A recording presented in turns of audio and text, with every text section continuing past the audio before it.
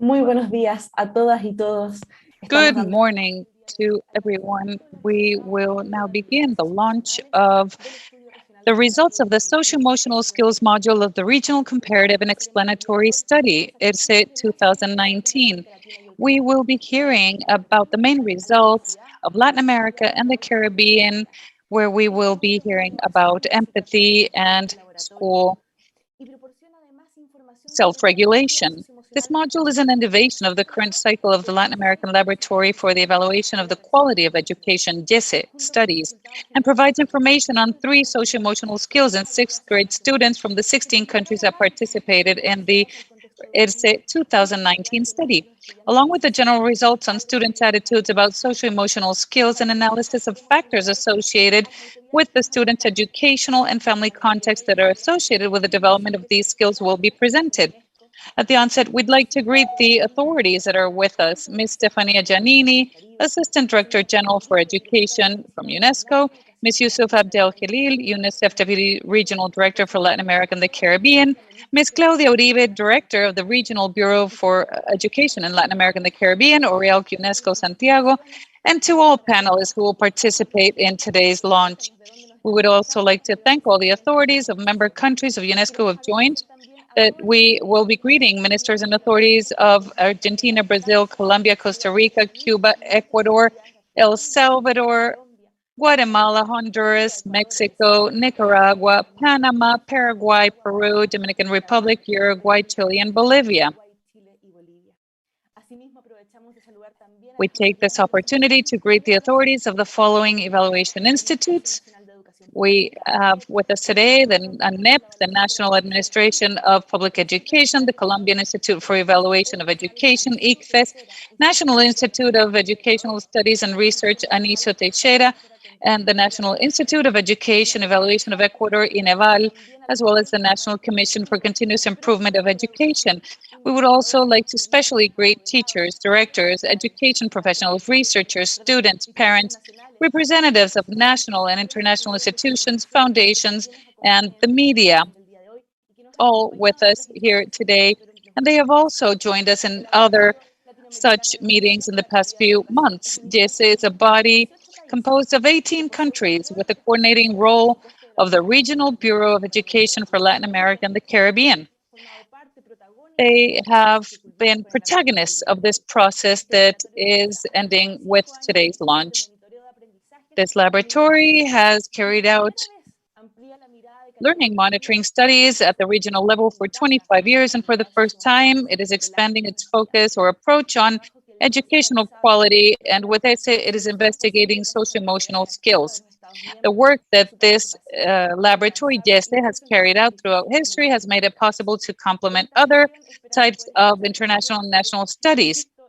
I would like to insist that you can place your comments on the chat in the platform. Without further ado, I would like to simply offer the floor to Stefania Giannini, our Assistant Director General for Education at UNESCO. You have the floor. Thank you, Your Excellencies, dear colleagues, ladies and gentlemen. The results that this module is presenting are previous to the pandemic, and they are nonetheless of the utmost importance for learning about socio-emotional skills. The pandemic has not only been devastating to learning, but also to the emotional health and well-being of students. It is obvious that to be successful with these programs, we must address a broad range of needs, and the global challenges that we're seeing in the world require understanding and not only academic competencies, but also other skills. And there is a need for us to take care of them. The Future of Education, recently published by the International Commission, also addresses a new social pact to achieve a new balance between ourselves, the planet, and our remit. Socio-emotional skills must be integrated in the teaching practices at all levels, in all subjects, in a cross-cutting fashion. It is the first time that this report measures socio-emotional skills at such a scale, and I believe that this sets the stage for us to transform education. The competencies measured in sixth and second grade, empathy, self-regulation, learning, and others are truly precursors of global citizens in a world that is increasingly interdependent and uncertain. The survey, covered by 16 countries, provides interesting information on self-perception of the students. In the replies, there were reports of empathy, of openness to diversity, and the ability to regulate their emotions and thoughts towards desired achievement. This provides positive indicators to continue to move forward. Educational systems around the world have tended to focus only on educational performance and not so much on social, emotional, or behavioral aspects. Neurosciences tell us that the positive impact that these have on the entire learning process, activating conditions, emotions from the earliest age. And it's very interesting that this study has found a positive correlation between early childhood and socio-emotional skills that we find so important. I would like to congratulate the legislators from Latin America and the Caribbean for implementing plans and programs that have as their objective the development of socio-emotional skills among students. Of course, moving forward, it is important to continue in this direction and monitor these skills, developing resilience, awareness, and an understanding of self-care and caring for others with a view toward the future. That is why it is so important in our programs to provide education and support for global citizenship and sustainable development. Our programs must focus on how teachers are trained on the topic of security and safety in schools, a culture of respect, non-discrimination, gender equality, and zero tolerance for violence.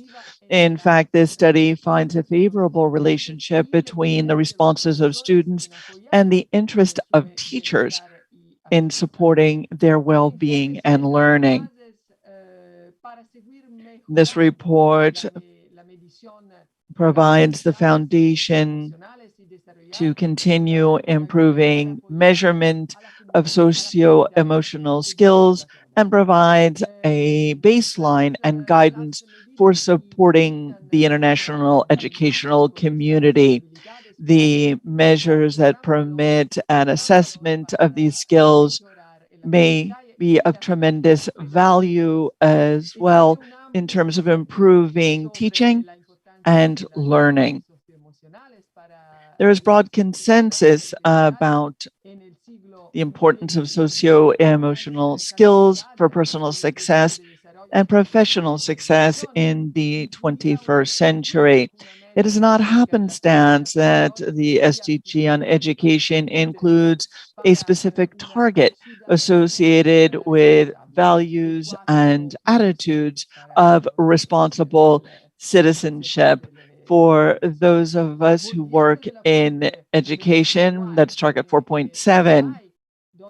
Now, if we go back to the question of the summit in Dubai, where a lot of speakers focused on the need to transform education, not only in terms of the digital transition and the green economy, but also toward building more resilient societies that are sustainable in the context of our strengthened democracies.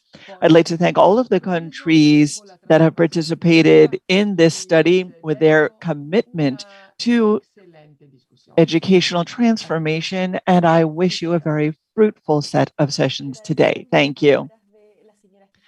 Thank you very much to the Assistant Director of Education, Stephanie Stefanini. As she quite rightly said, the COVID-19 pandemic has showed us this core relationship between these skills and education. I would now like to give the floor to a dear colleague who is joining us from farther away, the Assistant Regional Director.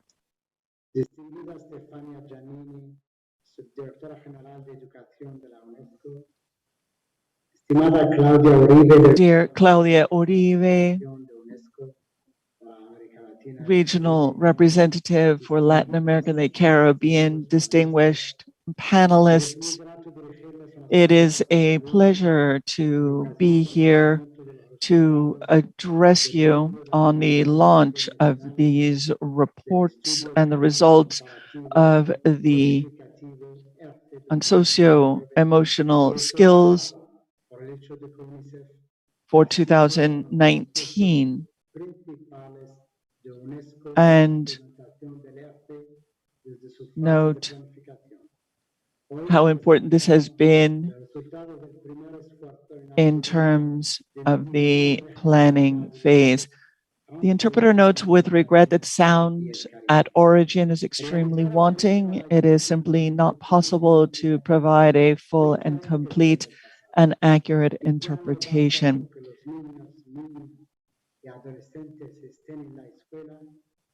It is not sufficient for students to be in school or for them to learn to read, write, and do arithmetic.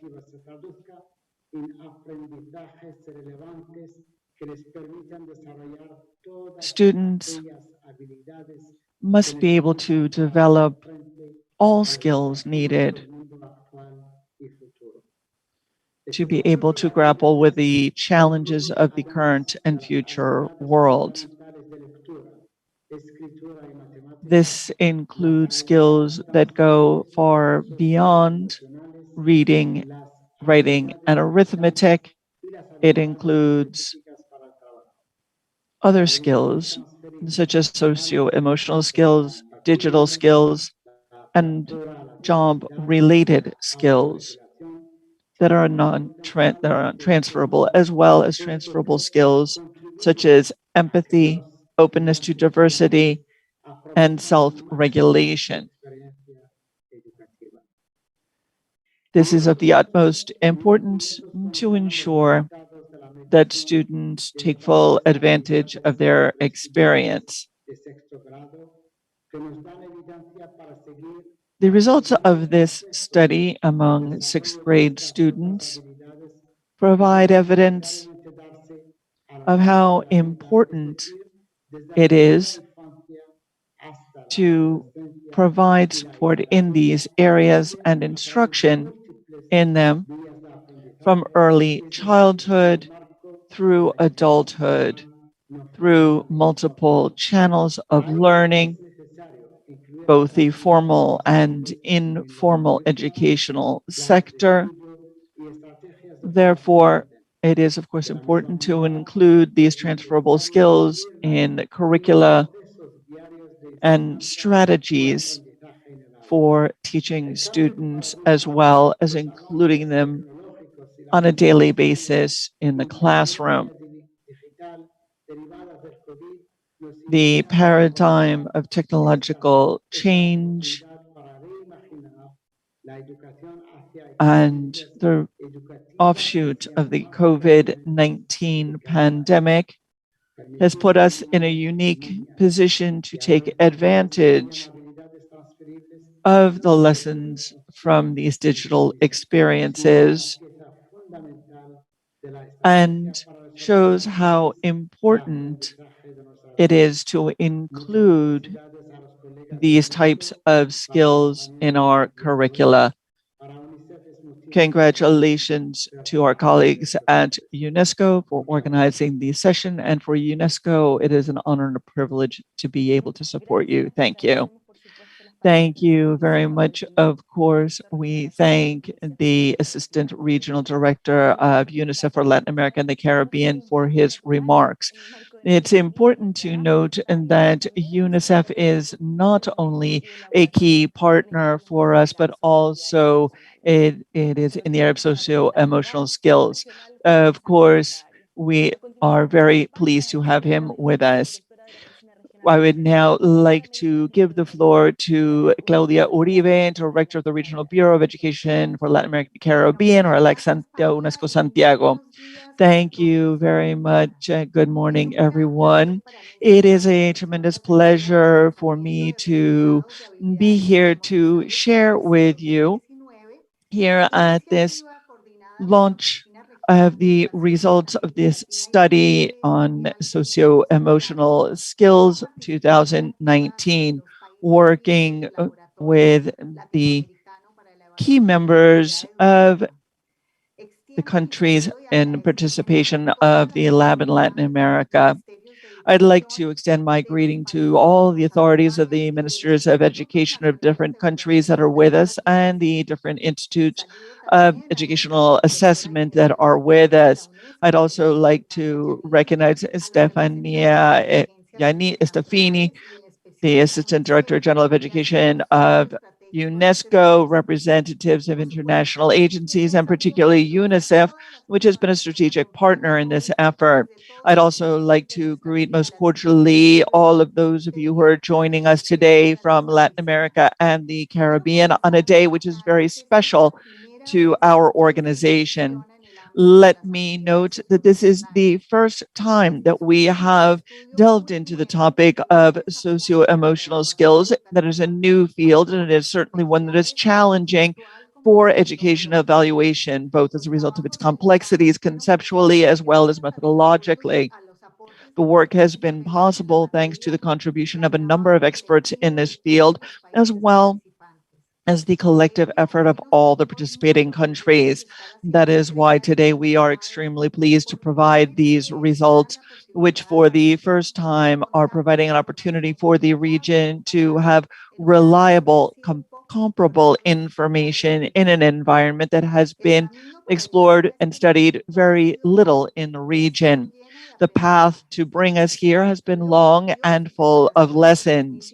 We began our preparations for this in 2016, preparing with a review of the curricular foundations of different countries to look at the present and approach to a set of socio-emotional skills that led to a lot of discussions and analysis to ascertain which skills to prioritize rather for this study, based on those that were considered to be key for personal development of students, both in school and outside the school environment. And also which of these would be associated with target 47.4 that our Assistant and Director General just mentioned a moment ago. We also looked at the options for broader scale measurement. Once we piloted these systems, we looked at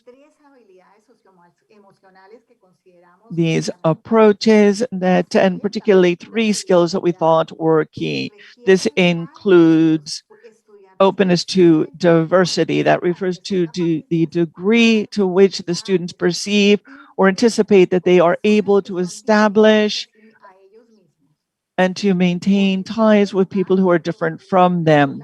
Second, school self-regulation that has to do with the ability of students to regulate their emotions, their thoughts, and their behaviors, as well as to persevere rather toward desired aspect. Lastly, the topic of empathy refers to the skill to put themselves in someone else's position. The study also looked at the analysis of a number of contextual factors associated with the results of these students and their study. As we can see, the results of the study certainly give us reason to be optimistic because the research certainly poses the students in Latin America and the Caribbean in good stead.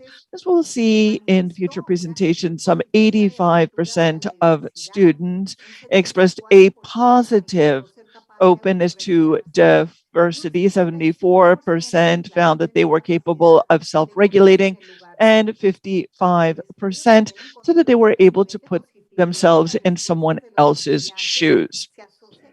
This research also showed a positive response of students associated with the teaching of their teachers and the features of schools. This is important because this ratifies that this type of skill can be taught in schools, and it sets an educational agenda for the region. Now, despite these findings, we know that there's still much to be done to be able to address these topics among students so that they can have a correlation in their behavior. So this is of the utmost importance for research in these matters, where there is a very vast field to continue to make progress and to advance in the development of instruments, methodologies that will allow us to reach a greater understanding of a topic that is extremely important for the societies that we wish to build. In this sense, from UNESCO and from the Regional Education Office, I'd like to invite all countries, all organizations, researchers present that we continue to make an effort to advance and consolidate this regional agenda. I would now like to offer the floor to the colleagues at the laboratory so that they can share with us the results of the study together with MIDE UC. I would like to thank all our partners, all the countries for prioritizing the education of boys and girls, and all the national technical teams, the advisors, and the technical team of MIDE UC, who has been supporting this study for their efforts and dedication throughout the entire cycle of the evaluation. I would like to wish you a very interesting discussion, and you have the floor for the presentation. Thank you. Thank you very much. We thank Ms. Claudia Uribe, Director of the Regional Bureau for Education for Latin America and the Caribbean, for her remarks. As you know, this is the launch of the results, but the ERCE 2009 study investigated the quality of education in Latin America and the Caribbean, using as a central focus the learning achievements of 3rd and 6th grade students. This is the second version, where the findings of these 3 socio-emotional skills have been evaluated to provide increasingly enriching and more complete information on the socio-emotional development of our boys and girls. This is basically the 4 points, addresses the goal 4.7 of the 2030 agenda, which refers to the social, humanistic, and moral purposes of education, explicitly linking education to other SDGs, including the aspirations of the new Global Development Agenda to achieve transformations. I'd like to offer the floor now to Mr. Carlos Enriquez, coordinator of the Latin American Laboratory for Evaluation of Quality Education, who will be making a presentation on context analysis and state-of-the-art in the measurement of socio-emotional skills in Latin America and the Caribbean. Welcome, Carlos. We have 15 countries connected. There is deep interest and regional recognition of this amazing work. Thank you, Paula. Thank you to all our authorities that have begun this effort. We're very happy at ERCE with the work that has been carried out with the 16 countries that we have provided the results for, and that this is an engine for improvement in that direction. Claudia Uribe mentioned that this helps, and we want it to be a contribution as a precursor for the development of all these skills that will make students protagonists through this global pact, this contract or pact between us, the planet, and technology. Very briefly, just to go to the results that we would like you to get to know and to share with you. This study is part of the 2030 agenda with the new goals for new challenges, and this shared agenda, shared by all of the member countries of the laboratory, sets huge challenges, not just poverty, but in terms of quality and individual development for each student, collective development, so that we can contribute in that direction to the school systems. What we do at the laboratory is that we take on this task. Our director mentioned it for 18 countries where the information and evaluation can contribute to improving the quality of education, offering very important skills for the development of students, and also putting the students' well-being at the same level. This is how we require not only cognitive skills. We need students that may be able to adapt in this world. And what ERCE does is also to promote reliable and trustworthy information. This is a huge concern. We wish to make it a more substantive agenda. And that is what the director said. In 2016, a decision was made to expand this assessment to other areas of students' well-being. Why is it relevant to have these socio-emotional skills analyzed for the region? Well, because for the first time, it's the first time it's done. Second, because the curricula of the countries that participate have only been technically working on other areas. It's important to do this with self-reporting, and many times we see that there are biases, and we wish to advance in a substantive manner to improvement and see how these skills help further develop boys and girls. It promotes peace, nonviolence, and global citizenship that will ultimately evaluate and value the work of each and every one of us. This is how ERCE is the first mechanism for monitoring of the 2030 agenda in the region. And this was done together with all the countries. All the frameworks of socio-emotional skills were reviewed. There's many frameworks, and literature and the social cultural contexts were analyzed based on the curricula that we find in the region that we are able to evaluate in order to take the first steps so that this information can contribute to the well-being and to improvements in the socio-emotional skills in each of the students in our region. The objectives defined by the member states of ERCE were first, to stress the importance of socio-emotional skills as an objective in itself as objectives, as key competences to have these competences that are necessary. Second, because we will have a lot of information related with learning and the development of socio-emotional skills, not in a causal manner, but associated with spaces to obtain better opportunities for learning, and it is progressive. We are looking at the possibility of contributing to the development of these skills. I would also like to mention that we have made available the framework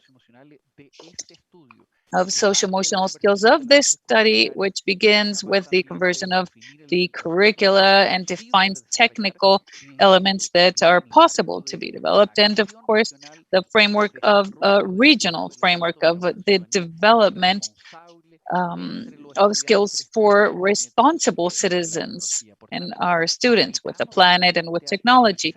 So we invite you all to take a look at the report, to review it, and to also review all the complementary information. This arises from the conviction, from the belief of the region in generating opportunities, and we have declared the need to move forward with the evaluation to contribute to a more comprehensive education, and that we need to be careful with the technical work we are doing. So from this global perspective, this global view, we want to move forward with this joint effort to improve socio-emotional skills in the region. This is part of the analysis and the work that we've done within the curriculum, socio-emotional skills.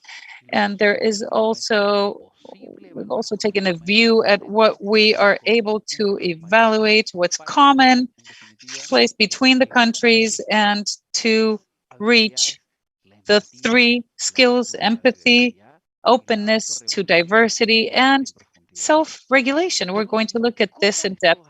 But how do these findings mobilize our region finally? This is where we feel that each and every one of you and each of you contributes to this. This is the input that we need, the action points to work on socio-emotional skills so that it doesn't happen in an isolated fashion. There must be an interrelation of all these aspects to generate learning in each educational establishment. So this slide tells us that we need to do this in a systemic manner in order to address this or have this conversation. And finally, some challenges that we are working on jointly. We also will continue working on an action plan beyond the specificities of each country. We want to continue working on this, looking towards 2025 and basically looking at the opportunities within the regional framework. We also looked at the importance of the role of schools, and finally, how we can further support the development and promotion of these socio-emotional skills. This, we feel, is extremely important. It can help the design and promotion of policies and activities that may allow students to develop these skills. So the findings we will share today will be adequate for the work that will be carried out, and collectively the role of teachers is extremely important for greater understanding, support, and development of these learning opportunities. So what we're our intention is to promote this agenda and the importance of being respectful of others, that children learn to build by being empathetic and to do so in our classrooms. Thank you all very much for being part of this launch, and we would like to invite you to log on to www.yesunesco.org to learn about the detail of all this information that we hope to find. Thank you very much. Carlos, por esta presentación y esta importante introducción a las conversaciones que tenemos planeadas para el día de hoy. Thank you very much. As Carlos said, we have to be able to talk to people who are similar to us, but also to establish ties with others, to select the socio-emotional skills that were evaluated in 2019. We used a number of different aspects to ensure that they were able to be self-administered, associated with our citizens, associated as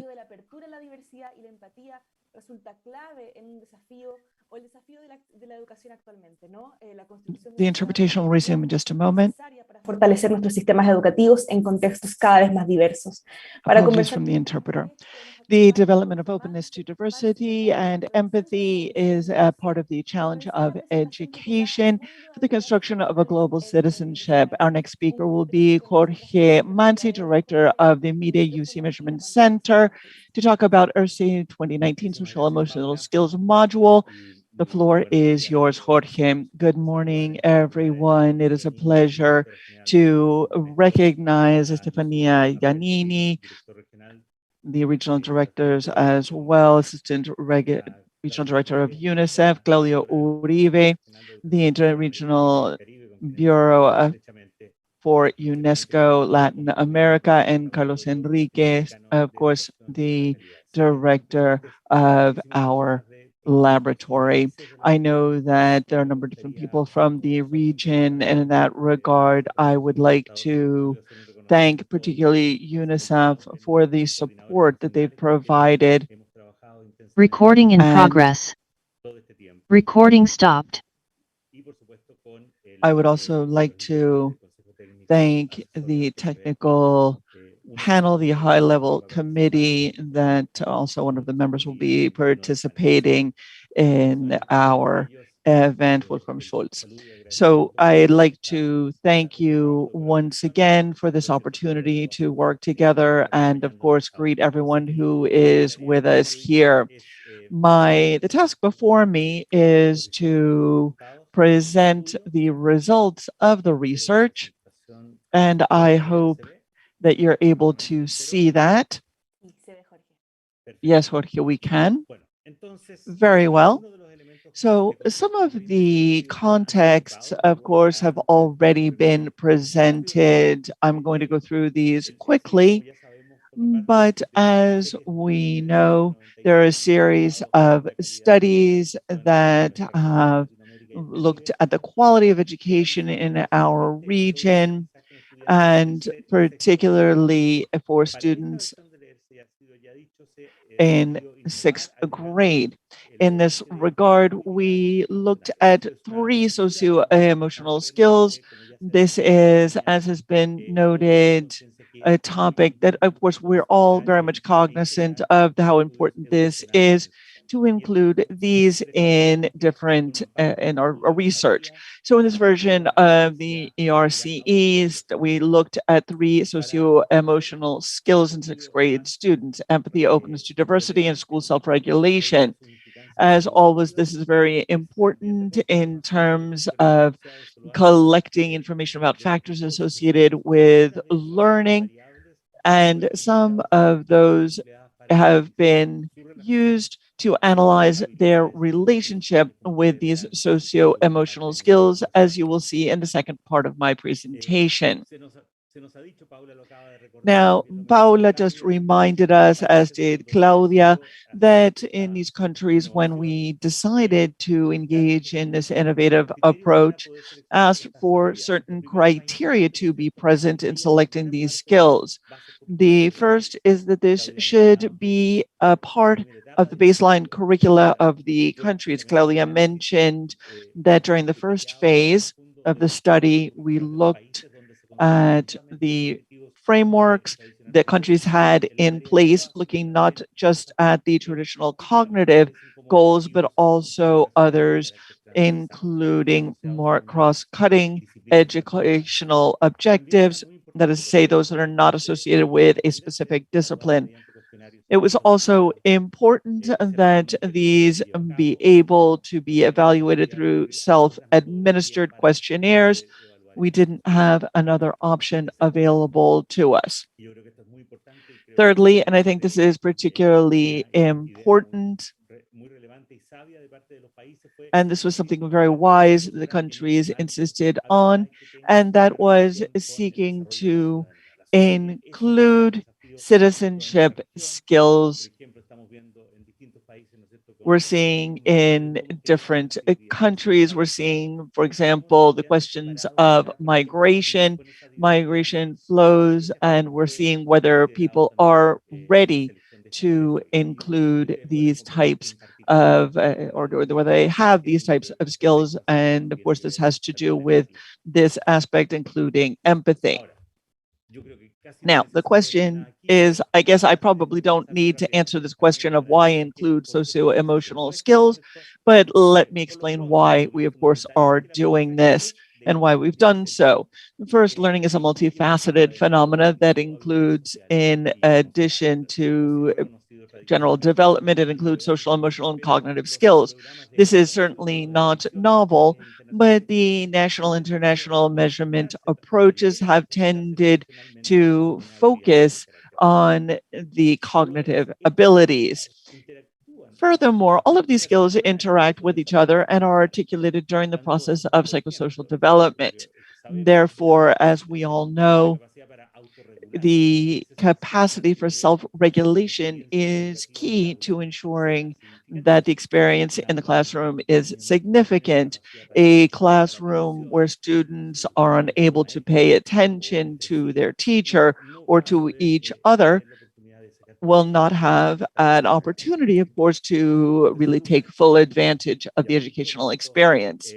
Thirdly, as has been said, traditionally school systems have focused on promoting cognitive skills, which are specified in the curricular contents defined by each educational system. However, we also know that in recent years, certainly in the last decade, and even a little farther back, socio-emotional skills, so-called life skills, non-cognitive skills, 21st century skills. And the fact is that some of these have been hotly debated, but again, we can use a number of different terms because, you know, non-cognitive skills isn't really appropriate because there are non-cognitive or cognitive skills there. And again, there have been a lot of labels assigned to these skills that have gained relevance in recent years, and a number of studies have demonstrated their relationship with fundamental aspects of personal social development, school performance, physical and mental health, and civic coexistence. We know that these are all interrelated. This has a lot to do with civic coexistence, again, those civic skills, citizenship skills, as well as the labor life as an adult. So there is certainly no discussion as to their value. Now, as to the question of what these socio-emotional skills respond to, whether they're susceptible to be taught, of course, we can see that socio-emotional skills do respond to multiple factors and influences from individual characteristics of students, life trajectories, as well as family and social context, among others. But we also know that school is a relevant socialization agent. And of course, we are also aware that teachers have not necessarily been prepared properly to promote the development of these skills.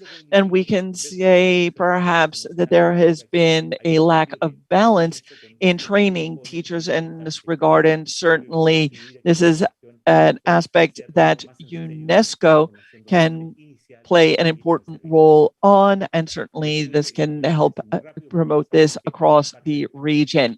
The nature, the characteristics of the study, of course, I think most people are already familiar with it. 16 countries participated. They are listed on screen.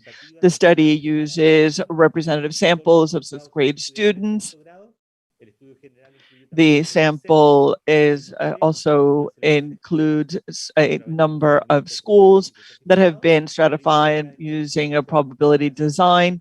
Intact classrooms were selected in each participating school. This allows us to describe the learning environment more broadly and understand the teaching aspects that we are looking at is precisely as a result of this experience with teachers in the classroom. The scores for these have been analyzed on a standardized scale with an average of 50 points at the regional level, 1.1 points of standard deviation, although for descriptive purposes, we'll see how these were how these questions were answered. And as Claudia Uribe also noted, the responses tend to be on the positive side for all of these three skills. So let's delve into these skills. Let's start with empathy. I'm a psychologist, of course, and psychologists have placed a tremendous importance on empathy because it's the ability to recognize the perspective of another.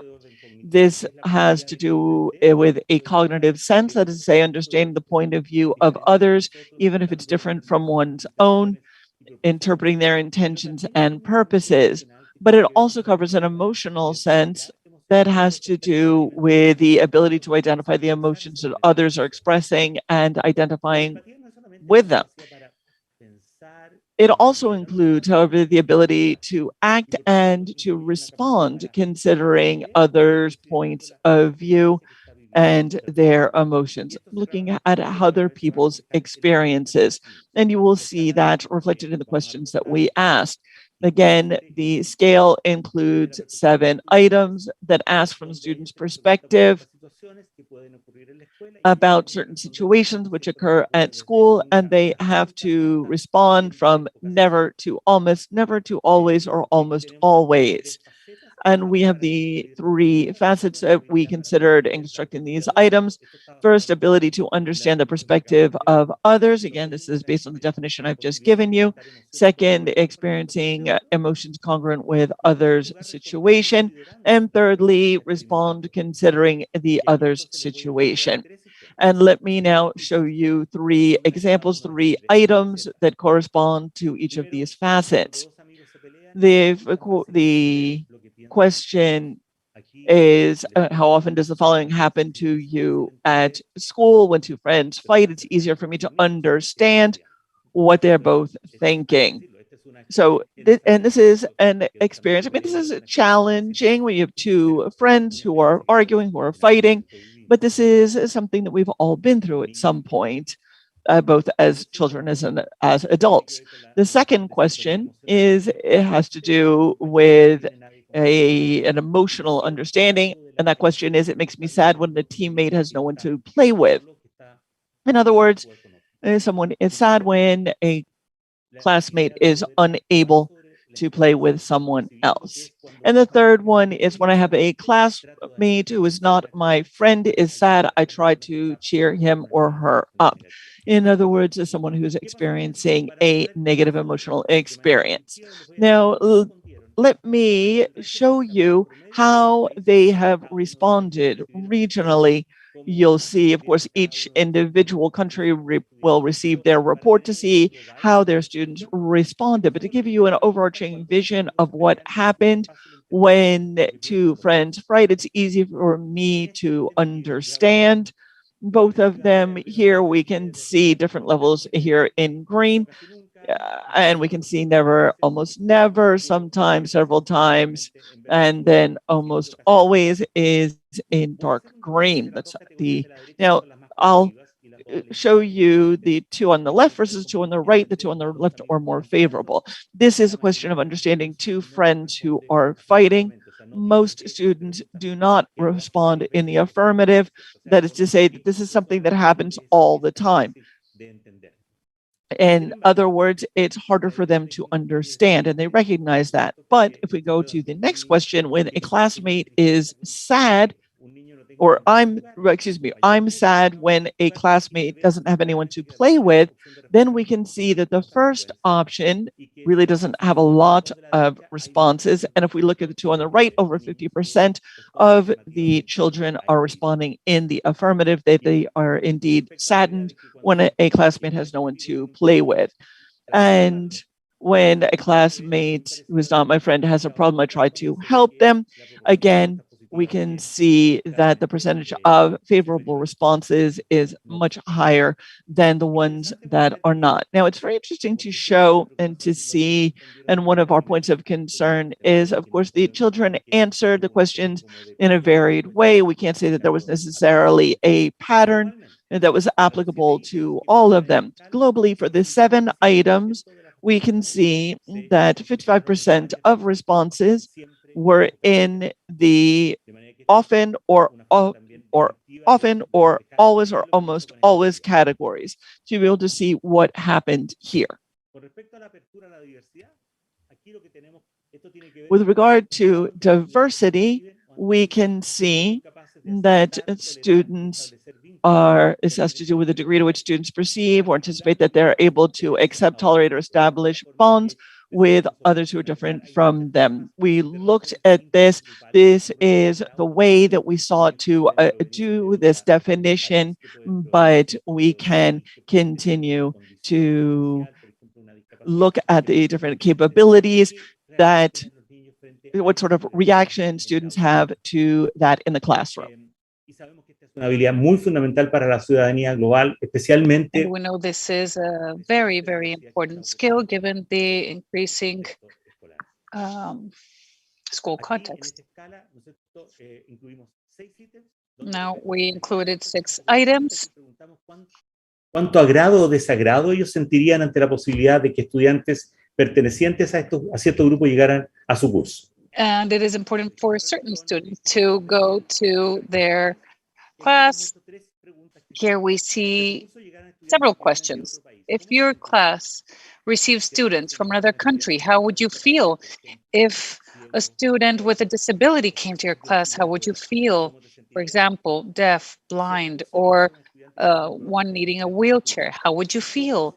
And if a student with a different skin color came, how would you feel? So these are the questions that I just read, and it shows something very interesting. The students of our region are very open to accepting the presence of children from other groups. Most of them focus on the last question, which is, I would like it very much. And there's a very low response for, I would like it very little.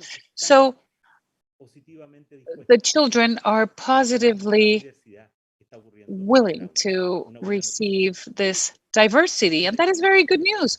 In fact, 85% of the answers were focused on, I would like it a little, or I would like it very much, which are the last 2 answers.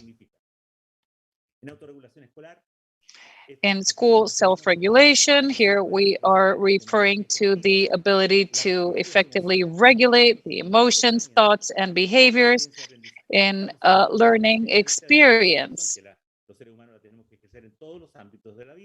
Human beings need to grow in all walks of life, but this is one of the important things that we need to correct. We need to self-regulate. We need to be able to do so to achieve our goals. And that means motivating oneself, managing stress, and to delay gratification. So we work in a focused manner to achieve academic goals. So there are 10 items, situations that could happen to students in the classroom. And here there's 3 other aspects: following the rules in the classroom, the ability to request guidance when needed, to ask for help, and the third is perseverance and delaying gratification. So this is an example of all 3 aspects. The first is very simple. I follow rules in the class, never, almost never, sometimes, a lot, always, or almost always. The second is I ask the teacher for help when I don't understand what needs to be done, same answers. And the last one is, even though things don't work out, I keep trying, perseverance. How did they answer? Well, you can see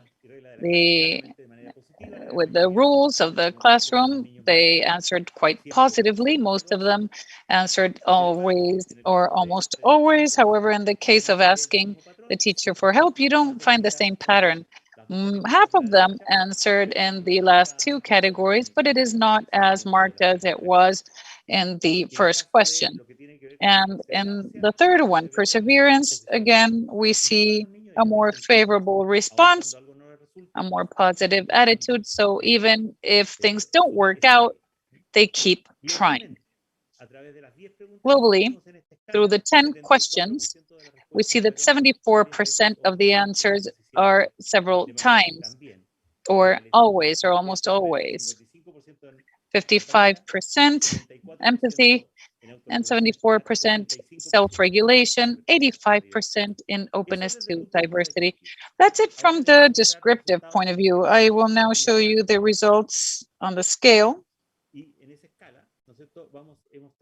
And here we have transformed the distribution of answers to make it possible for us to carry out this type of analysis and to see how we can reflect this. It implies a dispersion of these skills. So the scale has 50 points and it has a 10-point standard deviation. I know this is very technical, but it is important when we present the results that are seen by the ERCE or the TERCE, actually.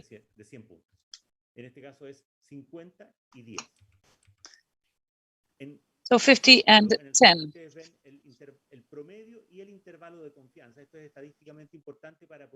Here we have the trust indicators, or trust interval, actually, and how to measure the points to analyze whether it's different from a point of reference. So the trust interval is 95%. And then we find another one that shows 50% of the distribution of the score between the percentiles 25 and 75 of the point distribution in a country. And it also says that 80% of the distribution is between percentiles 10 and 90 in the distribution scores of a country. So with this information, we are able here to quickly show, without going into detail, how we show the difference in the averages between countries. At the center here, you have 50, and we can see that in some cases, the green mark, for example, we see that it is to the right of that marker, but that's what it says. So if the dark green is not far from 50, it means that it's not statistically different from the region, like El Salvador, for example. But if it deviates to the right, which is a case of Cuba or Costa Rica, the average is statistically different, it's higher than the average. And in the case of Guatemala, it is to the left, or Mexico. It means that it is statistically lower than the region average. No difieren mayormente entre sí. In general, the averages are around, or differ less, than in previous tests. So this is something that is important to take into account in a pattern where most of them are close to the average and are sometimes a little over to the right, like Cuba, for example, with empathy. Para facilitar la comprensión de los gráficos que voy a mostrar a continuación, vamos a mantener siempre un color asociado a cada uno de las habilidades. So we're going to associate these colors to the different skills, to empathy. In purple, we have openness, diversity. We see that there's two countries here that have higher averages, Costa Rica and Cuba. Más elevado. Pero nuevamente, el patrón es que no hay grandes diferencias. But there aren't really any major differences in openness. I referred earlier to the positive scores. Here we have many more positive answers. For those who want to see it, here to the right, we have the highest category and the lowest category, which is never or always never. You will see scores marked as preferences here. So the answers are usually very positive. And in blue now,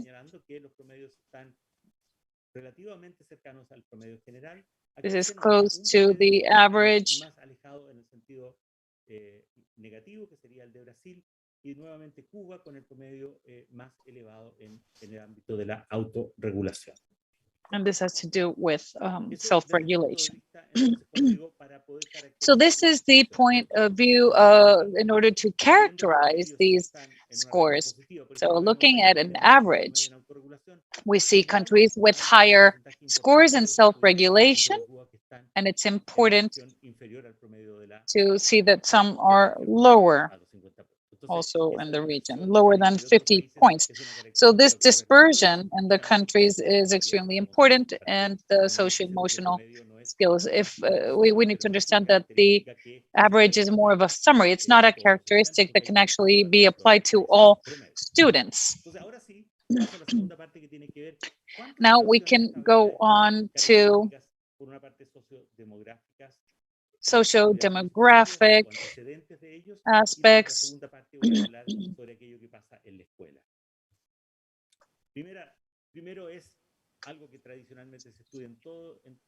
First, there's something that is traditionally studied. It doesn't really have to do with the expectations. This is less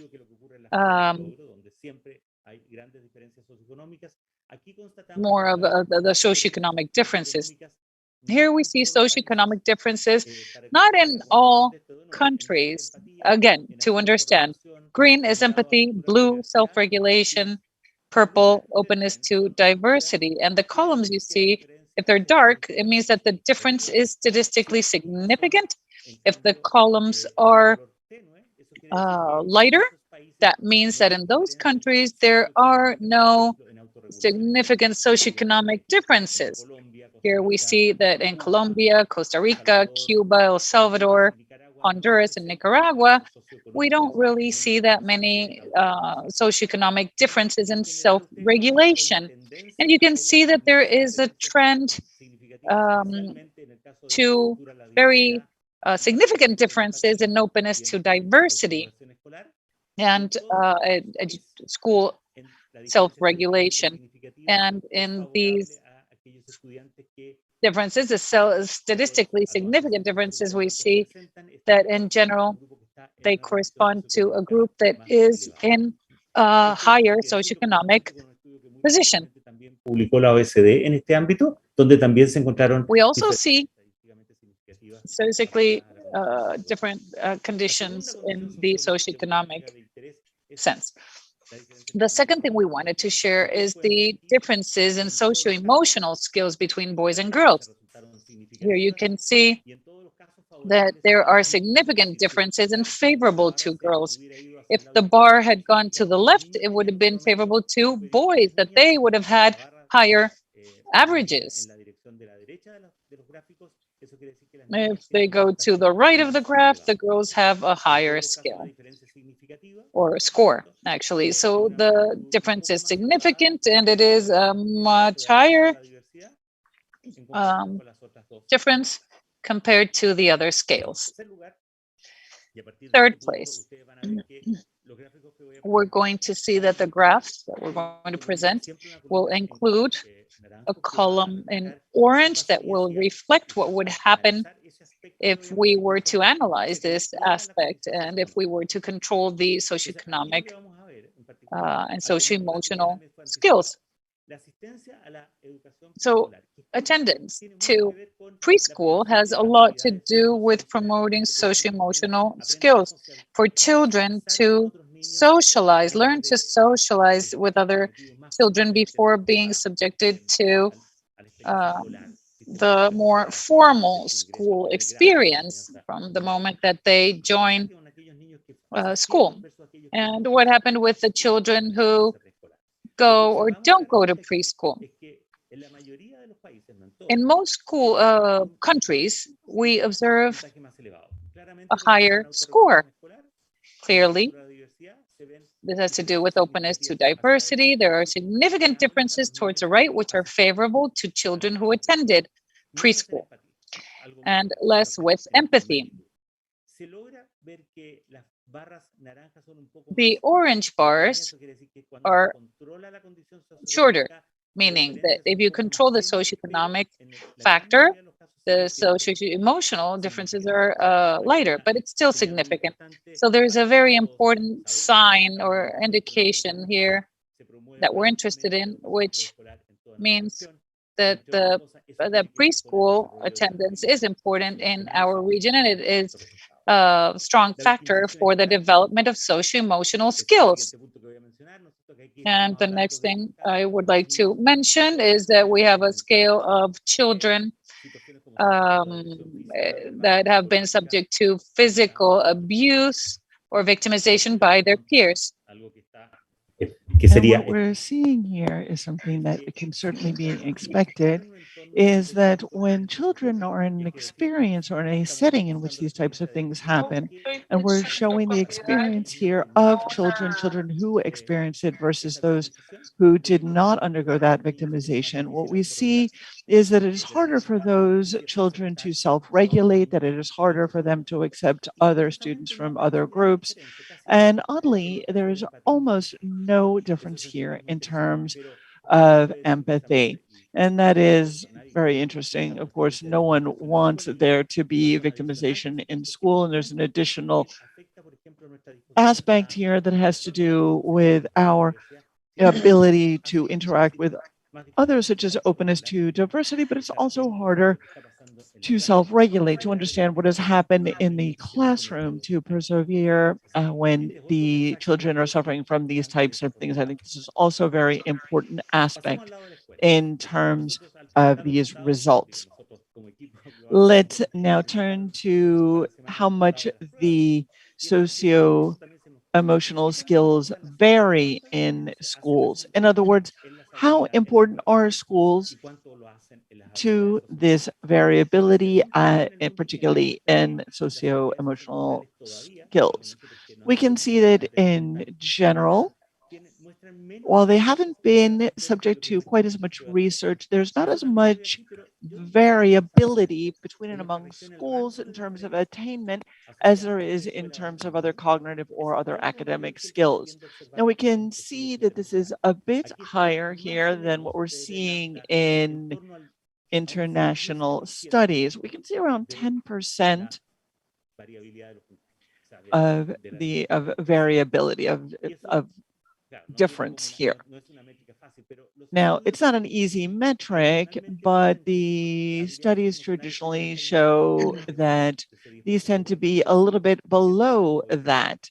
So as we can see in a recent study by the OECD, we're closer to 10% here in some cases, some countries significantly over 10%. And that's showing that schools are making a difference in that regard. Just so you can see the difference, if you look at this, if you compare this to attainment test or achievement test, this is mathematics. So if this is when we look at what impact we see because a student has gone to one school or another, we can definitely see that it's much greater impact in achievement. But again, we can see greater differences here based on the school that a student is going to, at least in our region. Now, if we look at the final aspects here in terms of what happens in the classroom, if we talk about aspects that are extremely important, that is to say, the interest in the well-being of the students, this has to do with the level of support of teachers for their students when they encourage them to feel better about themselves. Basically, that is the question of how empathetic teachers are with their students. And what happens when we look at this, there are some positive aspects that are important. We can see that where students clearly are interested in their well-being and all of their skills, then they do better across the board, even when there is no distinction made by socioeconomic status. So this gives us an idea where we need to go to be able to target these skills. Now, if we look at something more specific in terms of learning, teaching, if the students are answering, for example, a question correctly. For a student says the teacher tells me that I've done something well. What happens in classrooms where teachers, in classrooms rather, where students perceive that their teachers are like that? Then again, we see improvements in the three socio-emotional skills. There is one where there's a slight difference, but in any case, the trend is very clear. How important is it then that the classroom be well organized and that teachers communicate their goals and their material and that tell students what is going to happen before they start their classes? Again, the more students do that, the better, excuse me, the more teachers do that, the better the students do in the three socio-emotional skills. And then lastly, what happens when in a classroom there is a lot of disruption, there's disorder, and the class is often interrupted? For example, on the scale, we see a question, what happens when there is disruption in the school? Again, in most classrooms, in most countries, you can see that a more disruptive environment is more disruptive for the overall socio-emotional skills, particularly for self-regulation, because it's harder to concentrate. So, in sum, we've seen that the results indicate that the majority of students respond positively to the questions of school self-regulation, empathy, and openness to diversity.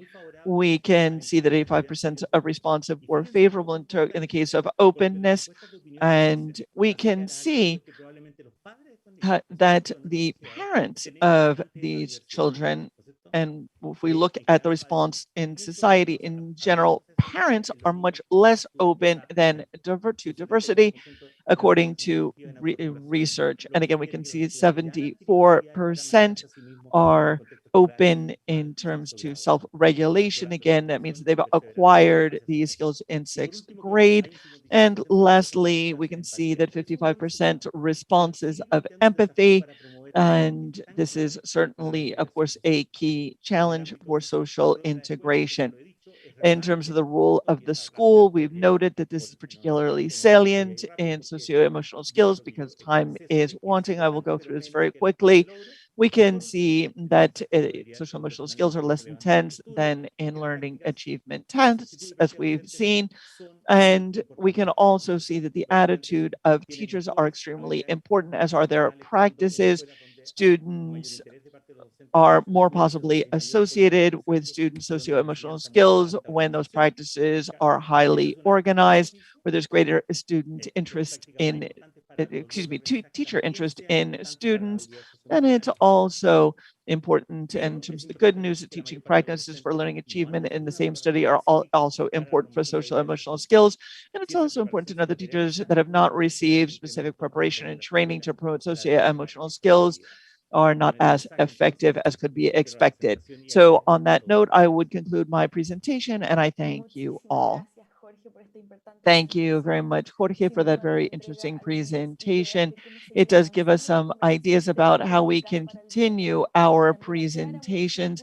And it also clarifies a lot of doubts and questions that people have been talking about in the chat. Of course, if you have an opportunity, check that out, because we certainly would like to hear for you to see the questions and the congratulations on your presentation. Thank you, Jorge. Before we turn to the next panel, I would just like to share with you the greetings of authorities from Panama, Cuba, Ecuador, and Paraguay who are with us here sharing over the internet before turning to our next panel discussion on how the ERCE 2019 contribute to the improvement of socio-emotional skills on a regional agenda. From Panama, we send cordial greetings to Claudia Uribe and all of the ERCE team. We also greet the ministers and secretaries of education that participated in the Comparative and Explanatory Study, ERCE 2019.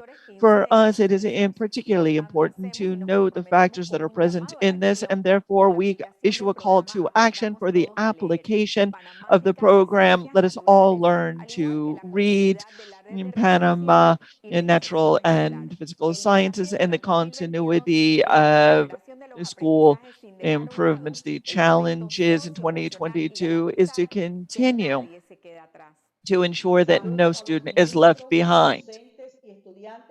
I bring greetings to the minister's students who have participated in the laboratory and quality, as well as the authorities for Cuba, that is in its third cycle of improvements to its national educational system. The results and the attainments it's seen so far to date enrich our work and the teaching materials that we are using. We maintain the challenge of improving the quality of education. I bring cordial greetings to Latin America and the Caribbean throughout the ERCE project. For Ecuador, it's particularly important to have participated in this regional study that took place in 16 countries, including this module on socio-emotional skills. The results will be tremendously helpful in developing an evidence-based public policy in education. We continue to be committed to contributing to the education of all of our students. Thank you very much for the research. From Paraguay, I bring greetings to all those who have participated in this study. Clearly, the results will contribute to challenging us in the design of strategies for learning, and this is particularly important as a result of the pandemic and the losses in learning as a result and building back better. In Paraguay, we look forward to grappling with these challenges in schools as we return to on-site learning, developing projects for each community by developing networks of tutors and teachers to support students inside and outside the classroom. The educational transformation that we've begun for our country of Paraguay represents an opportunity to continue to promote quality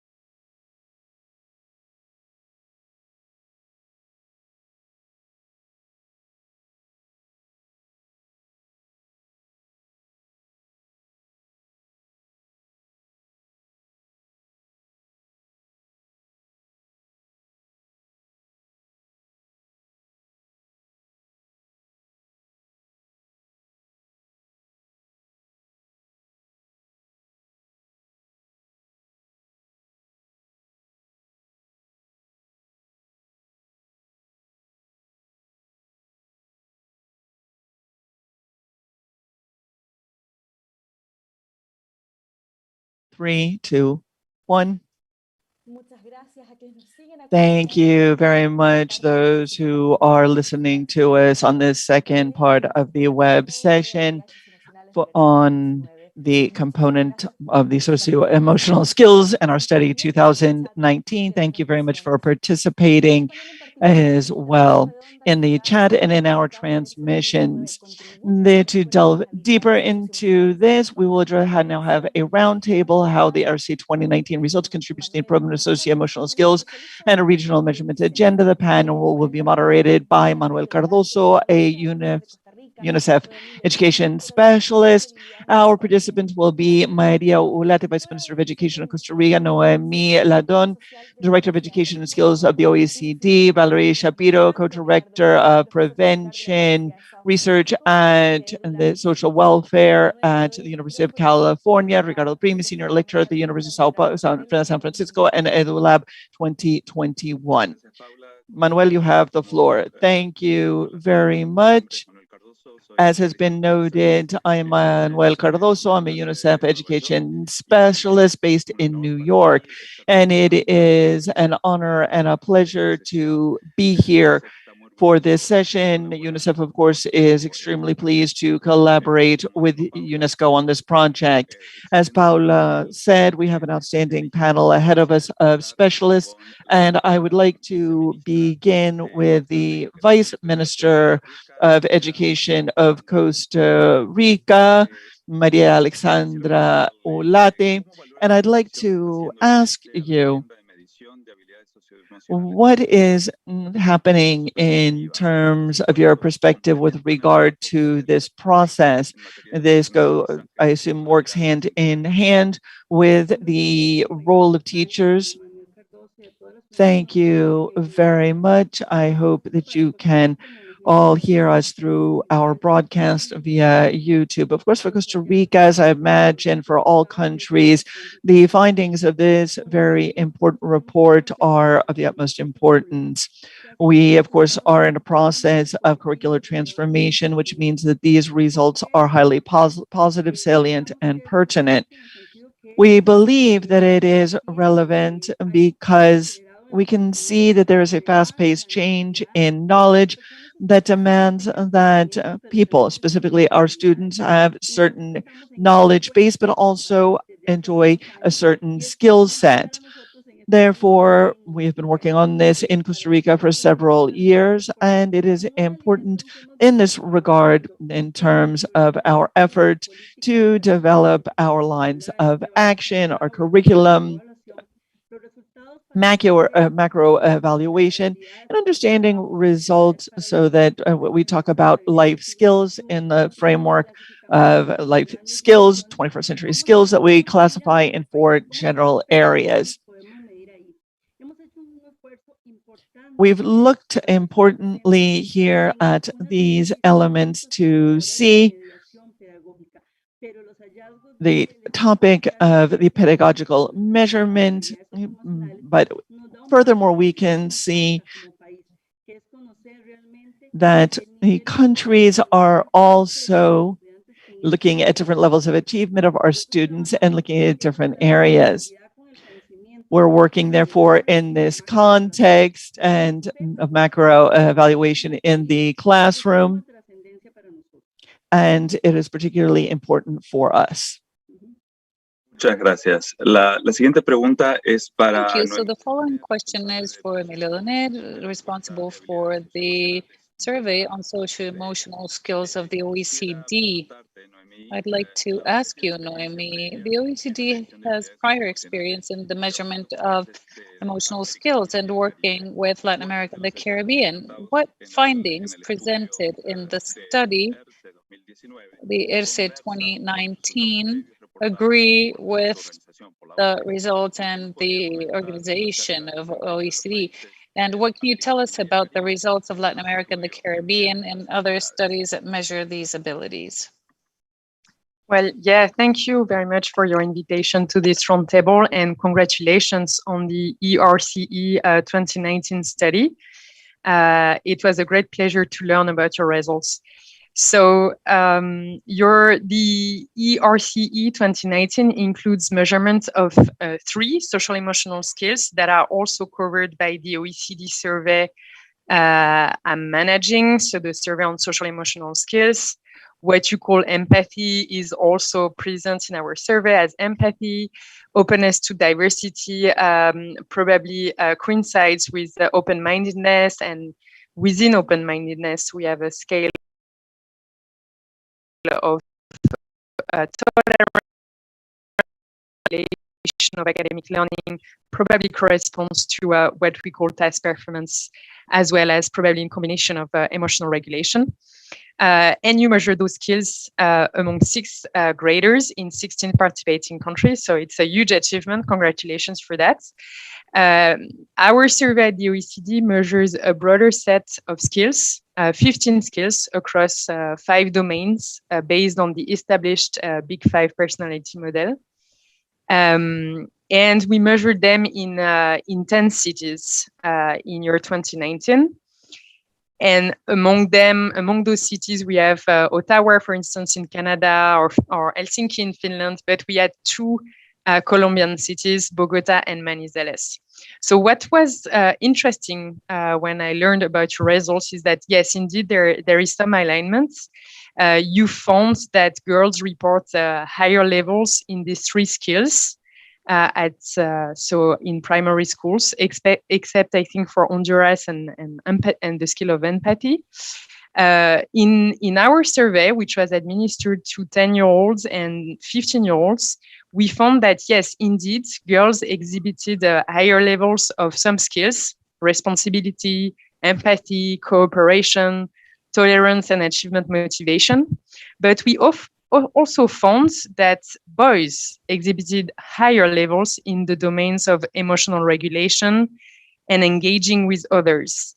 So the results are more balanced, let's say, at the age of 15, with some skills in favor of boys and some others in favor of girls.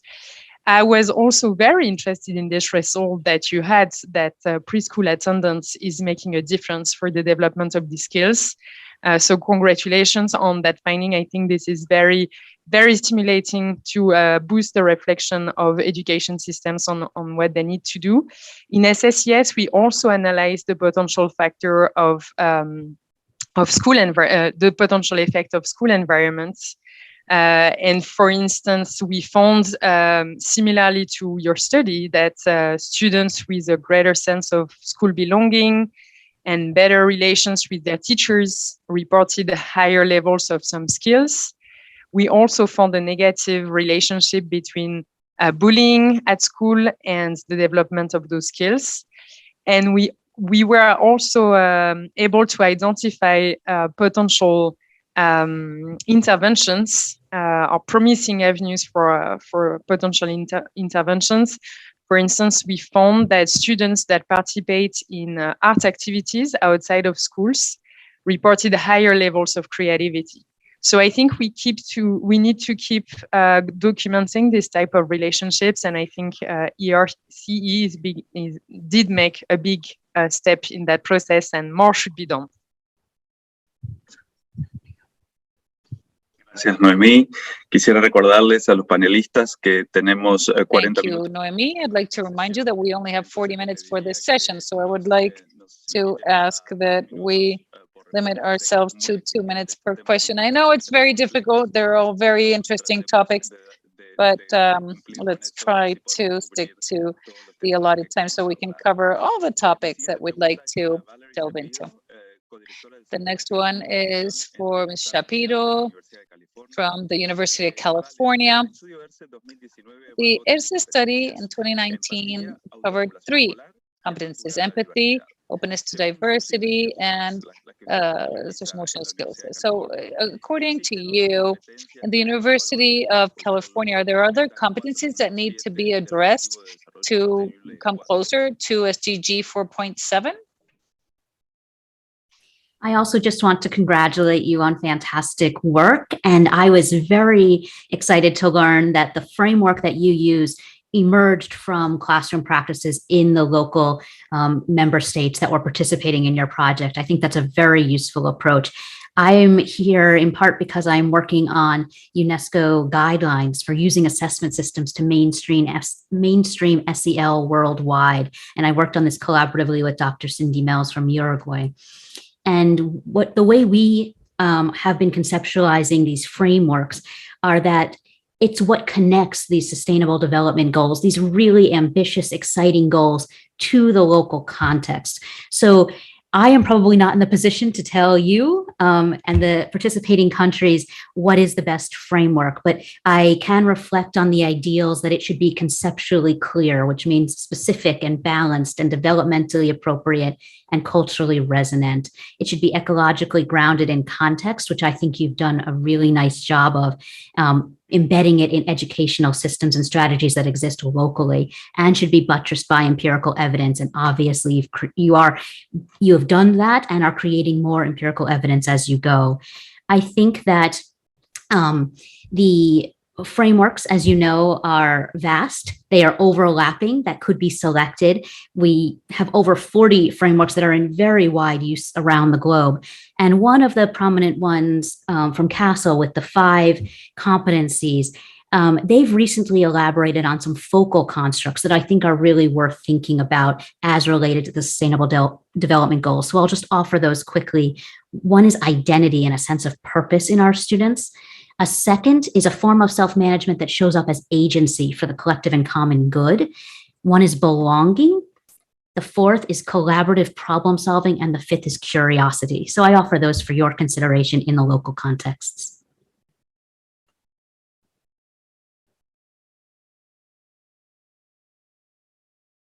Muchas gracias, Valerie. Thank you very much, Valerie, and thank you also for sticking to the allotted time. My next question is for Ricardo Primi. Ricardo is a professor at the University of San Francisco and Edu Lab 21. The question for Ricardo is, with all your experience in this work with socio-emotional skills, how do you view the main results of the ERCE 2019 results?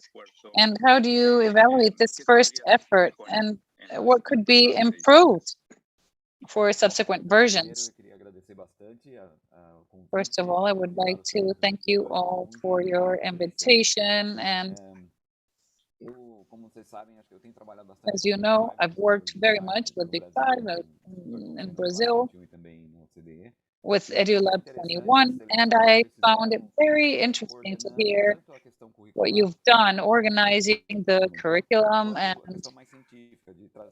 the more scientific aspects, and this choice of specific dimensions in general, broader dimensions even. Normally they're very general, but for schools, it would be more about characteristics, adaptations. And the collection of these 3 specific abilities, empathy, openness, diversity, and self-regulation, I thought were very interesting because they are very, very present. And I think that in relation to the role of these 3 competencies, these 3 skills, in terms of how we apply it to citizenship, it's very important. These 3 skills are extremely important. And one result that I would like to mention, the things that we need to do and that we're finding in Brazil, is understanding what the students are saying through this self-perception. And it's not necessarily about cognitive skills. They bring this other perception to it, and usually they're very positive results. One of the main conclusions we can reach is, oh, well, then we don't need all the other stuff. But what you need to understand is that it is all about perception. And one of the more interesting things, and here's a suggestion, is that perhaps to understand that in the classroom, we need to compare this perception they have of other students. One thing is saying, okay, I understand diversity, etc., but how do I perceive or realize whether my classroom is actually open to diversity. Students, do they perceive more empathy? Do they perceive themselves as more empathetic? Do they have that perception of the room? A gente no Brasil também tem medido perguntando coisas sobre dificuldades que os alunos têm e calculando essa porcentagem de respostas nesse nível mais baixo, tentando focalizar isso ao desenvolvimento, porque também isso é importante, quando o aluno comunica que ele tem dificuldades nisso, né? Isso é uma coisa importante, porque também essas perguntas de dificuldade nos permitem também fazer uma análise de consistência das respostas, né? Os alunos que dizem que têm habilidade, eles negam, eles também não dizem que negam, né, a dificuldade. Então isso é uma coisa importante também para isso. Bom, teriam outras coisas, mas eu vou me limitar aqui, que já passei do meu tempo. Obrigado. Parabéns de novo pelo estudo. Estudo excelente. But this is certainly, thank you for your attention. Apologies from the interpreters on the wrong channel. Very well. I'd like to ask our panelists to focus to keep their remarks to 2 minutes. Let me now give the floor to Vice Minister Olarte. And when we look at this research, how can it help you to improve educational studies? And what are the determinant factors for the evaluation of education in Costa Rica? Let me note the experience of one particular country in Latin America, which is so valuable today. When we make a change, such as the one that we've done here between a curricular approach, a policy, a macro evaluation, very often we don't really understand, or the policy, people don't understand what is going on at the time, even though the technical team does. So we started this process in the understanding conviction that we were going down the right path.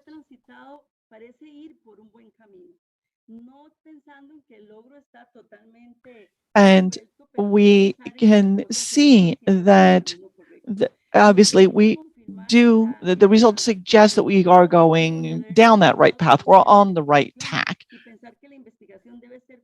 The research, of course, has to go hand in hand with the act of educating, of teaching. We talk about the research into the school environment, the classroom environment, and we can see, therefore, that there is a theoretical model and an associative model with shared variables that enable us to verify these aspects, as Ricardo was saying. So one of the things we really like about this research is that it shows us how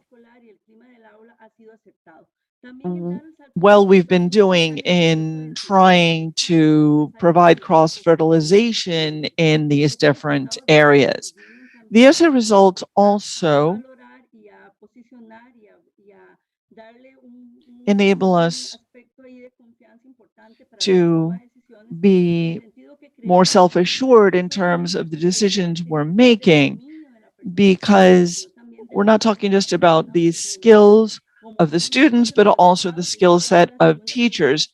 As we've seen, and this is the second question that Manuel has asked me, and that is the role of the teacher and the skill set of the teachers.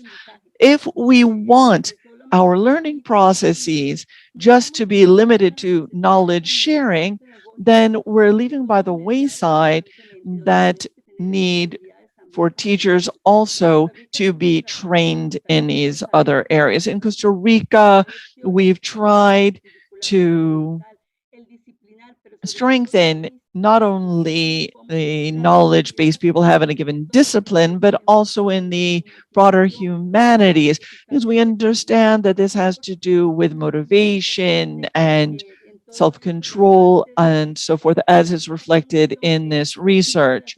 So again, we have all of this included in our transformational curriculum, but learning things like self-regulation, again, are part of that knowledge base.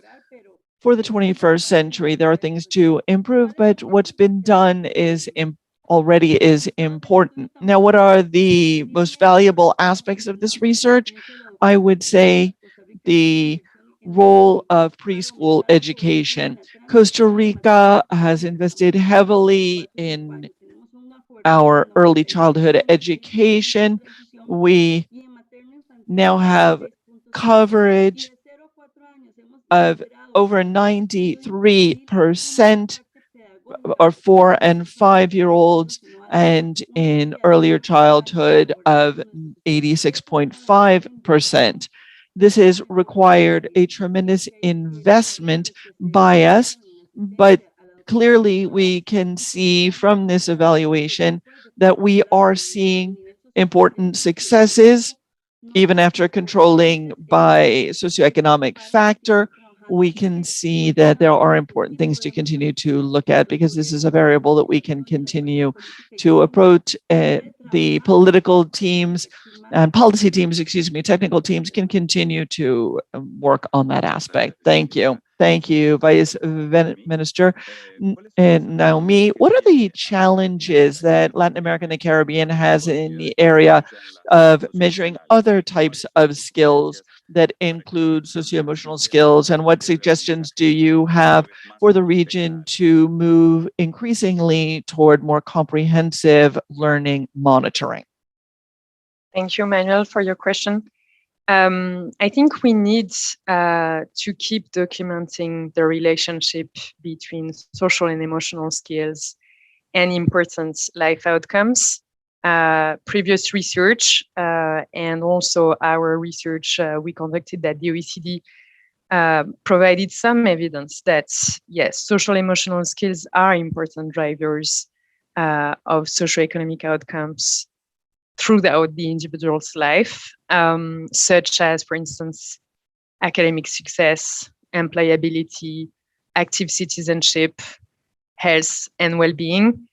And we can notice that indeed educators and policymakers are increasingly seeking to complement the focus on academic abilities with attention to social and emotional skills in order to boost students' prospects as full-fledged participants in society. So we need to also understand how cognitive skills and social emotional skills are interconnected. We have some evidence on how this connection works. For instance, in our 2021 report, we found that curiosity and perseverance were the two social and emotional skills that were most strongly related to student school performance. So I think surveys like the ERCE and that of the OECD on social emotional skills help monitoring how social and emotional skills are connected with cognitive skills, but also how they develop as students age. So when I see that the ERCE was focused on primary school students, I think that's great, but I think it would be important to complement this with assessment of skills at different ages. And just to give an example and keep my response short, in our study, we found that actually social and emotional skills drop between the age of 10 and 15. And for Bogota and Manizales, for instance, the drop was particularly important in the domain of task performance and also in the domain of trust. And we need to provide this evidence so that education systems keep identifying what needs to be done to support the development of these skills. Thank you.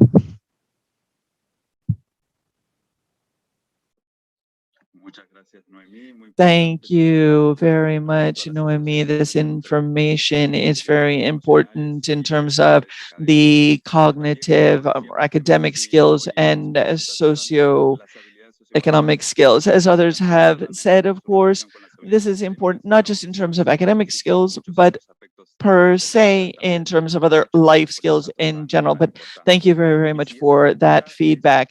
My next question is for Valerie Shapiro. And the question focuses on the process of socio-emotion learning more than the results. How can the assessment support or how can we use the process, not just the results? In other words, what are the challenges and what are the next steps that need to be taken to consolidate an agenda for the promotion, development, and measurement of these types of skills? How do we promote, how do we develop, and how do we measure these skills? Yeah, thank you. We've been conceptualizing social emotional learning not as an outcome to be achieved, but as a process in which to engage. And if that's true, then SEL assessment systems also should not be a judgment which is made, but a process for collecting information as the basis for decision making for the purpose of continuously improving social emotional learning delivery systems.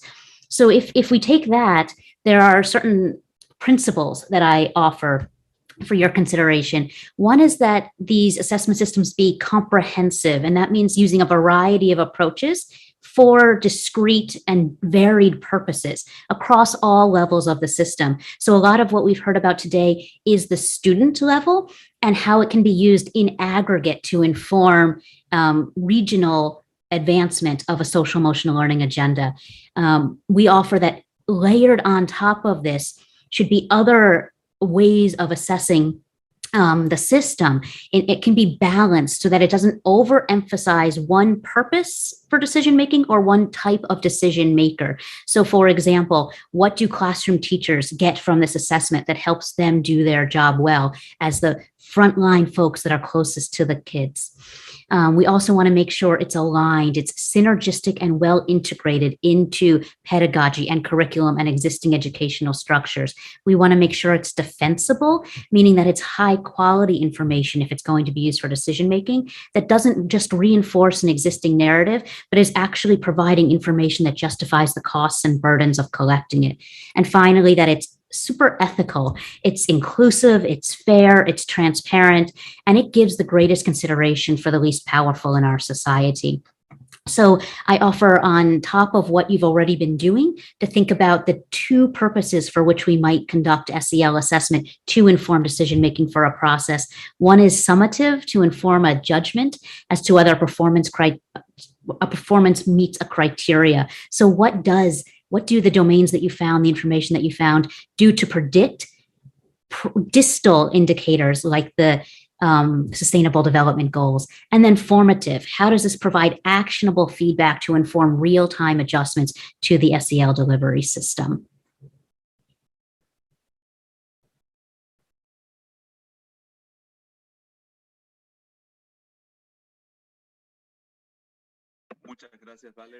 Thank you, Valerie. My next question is for Ricardo.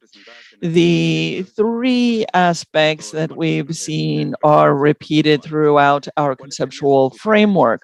What are your suggestions to continue with this at the regional level? And what is your recommendation to continue this type of evaluation in children at preschool age?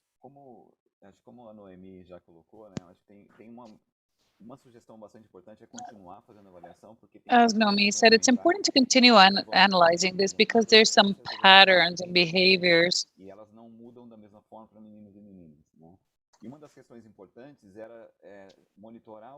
It's important to monitor the systems and to see if it's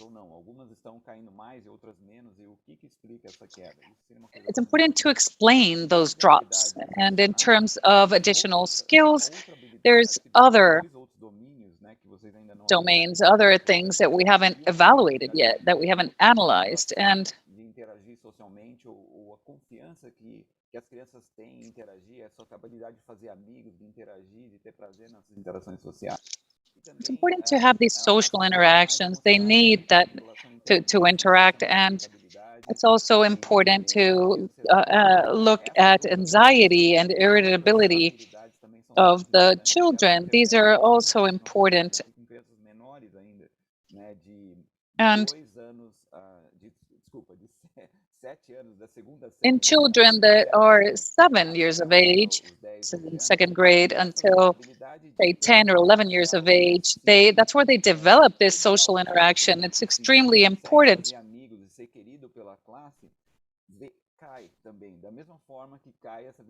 In the same way that it Então, esse é um aspecto muito, muito importante, talvez, se pensar em medir do futuro.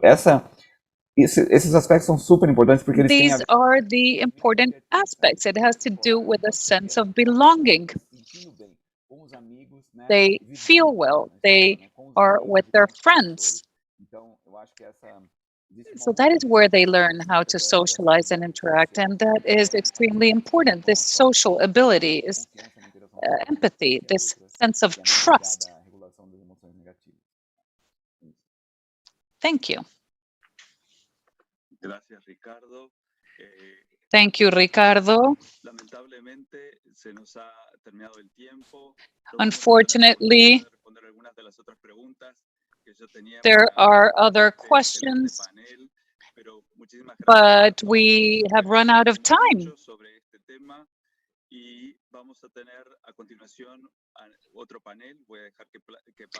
And we are going to allow Paula to continue introducing the other speakers. Thank you all very much.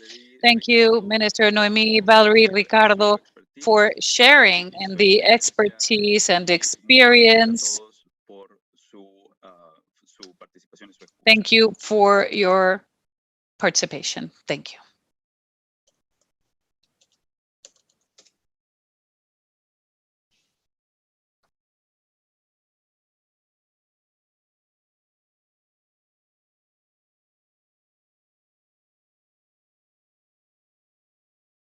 Paula, tu micrófono, por favor.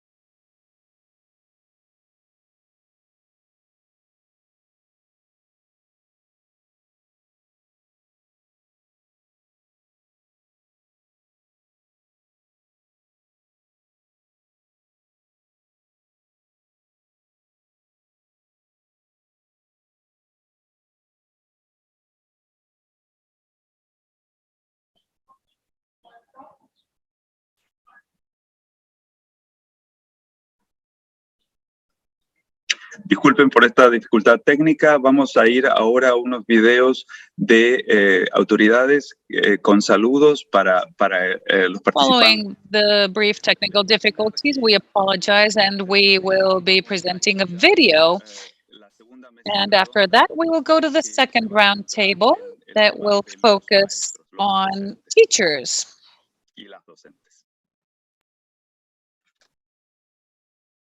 Nicaragua, enviamos un saludo cristiano, socialista y solidario a todos los países participantes en el ERCE, con quienes compartimos la visión de una educación como derecho humano para todos y todas, con calidad en y para la vida. Para nuestro país, los resultados del ERCE... For our country, the ERCE results are an input to continue building a learning process focused on human beings on all dimensions and associated factors that allow us to learn about the process and the efficacy of these student learning processes and the elaboration of plans for the improvement of quality education, building better rights for all Nicaraguans. The results of the socio-emotional skills analysis are of the utmost importance to look at the practices, duties, and everything that involves the practice of love, tolerance, inclusion, and respect to Mother Earth, which lead children to learn to live in a respectful manner of others. The results aim to bridge gaps and to continue moving forward in math and promoting skills, socio-emotional skills, and improving in language and writing. Thank you. It is a pleasure to be here at this event to share the results of this comparative study to promote better achievements in learning.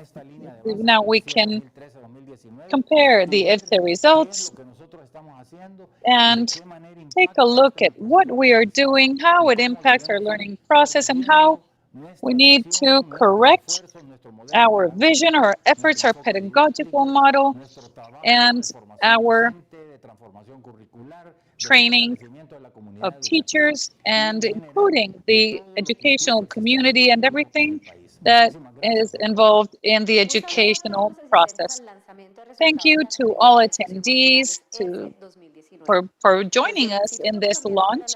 From the ICFES in Colombia, we recognize the importance of the study for the future agenda of the different policies in the region.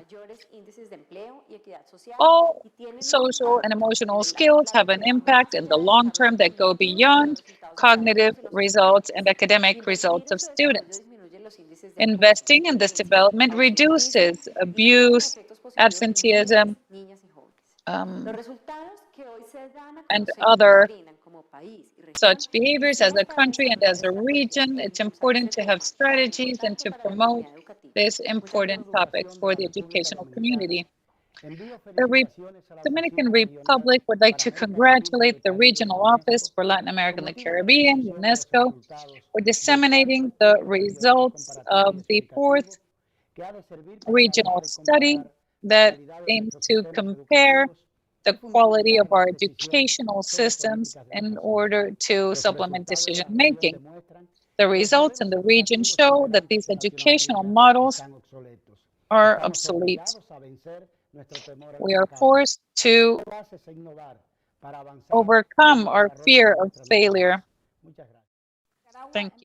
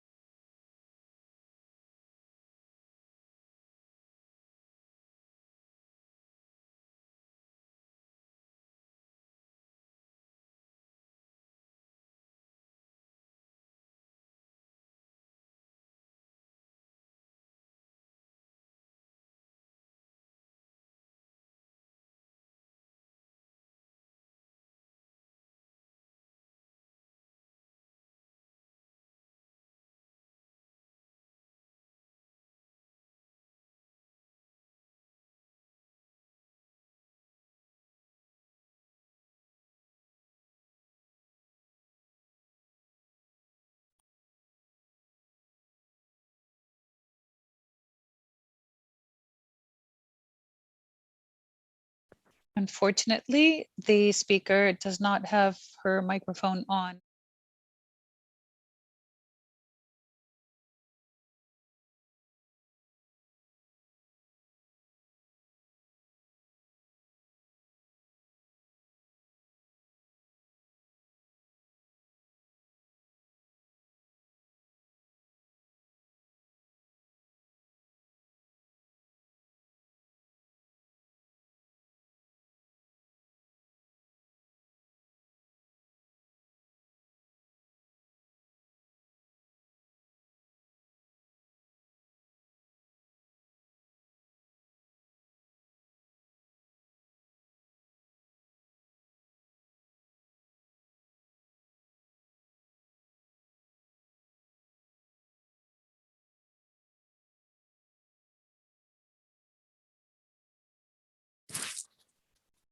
No, pero no, no a la Paula.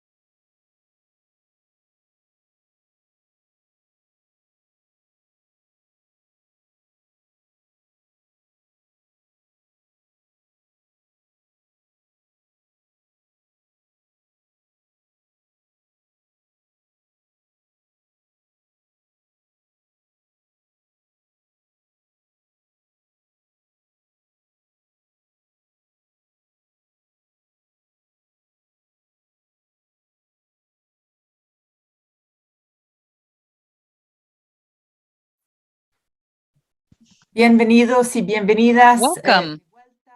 Welcome back to this second part of the event. We have a very interesting question that was analyzed, which has to do with the role of teachers. And has to do with how or what their role is in the learning of these socio-emotional skills, and how do the ERCE 2019 results feed back into this classroom work. As we have seen, one of the main findings of the study on socio-emotional skills is that although the role of schools in the development of these skills is lower than in learning.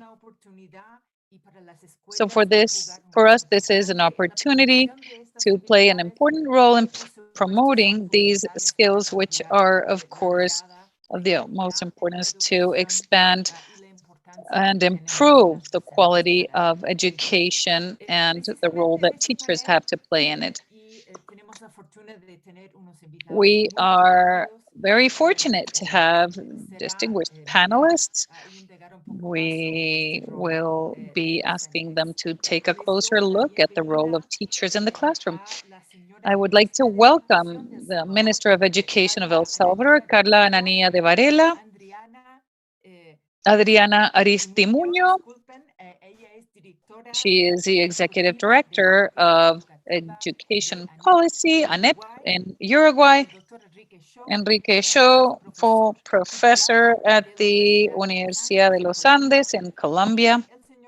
And Mr. Wolfram Schulz, Director of the International Civic and Citizenship Education Study at the ICCS of the IEA. Welcome. And unfortunately, we don't have as much time as we would like, but we have a series of questions. We will at least ask each of you one question, hopefully two. Let's begin with you, Minister. Thinking about your reality and the national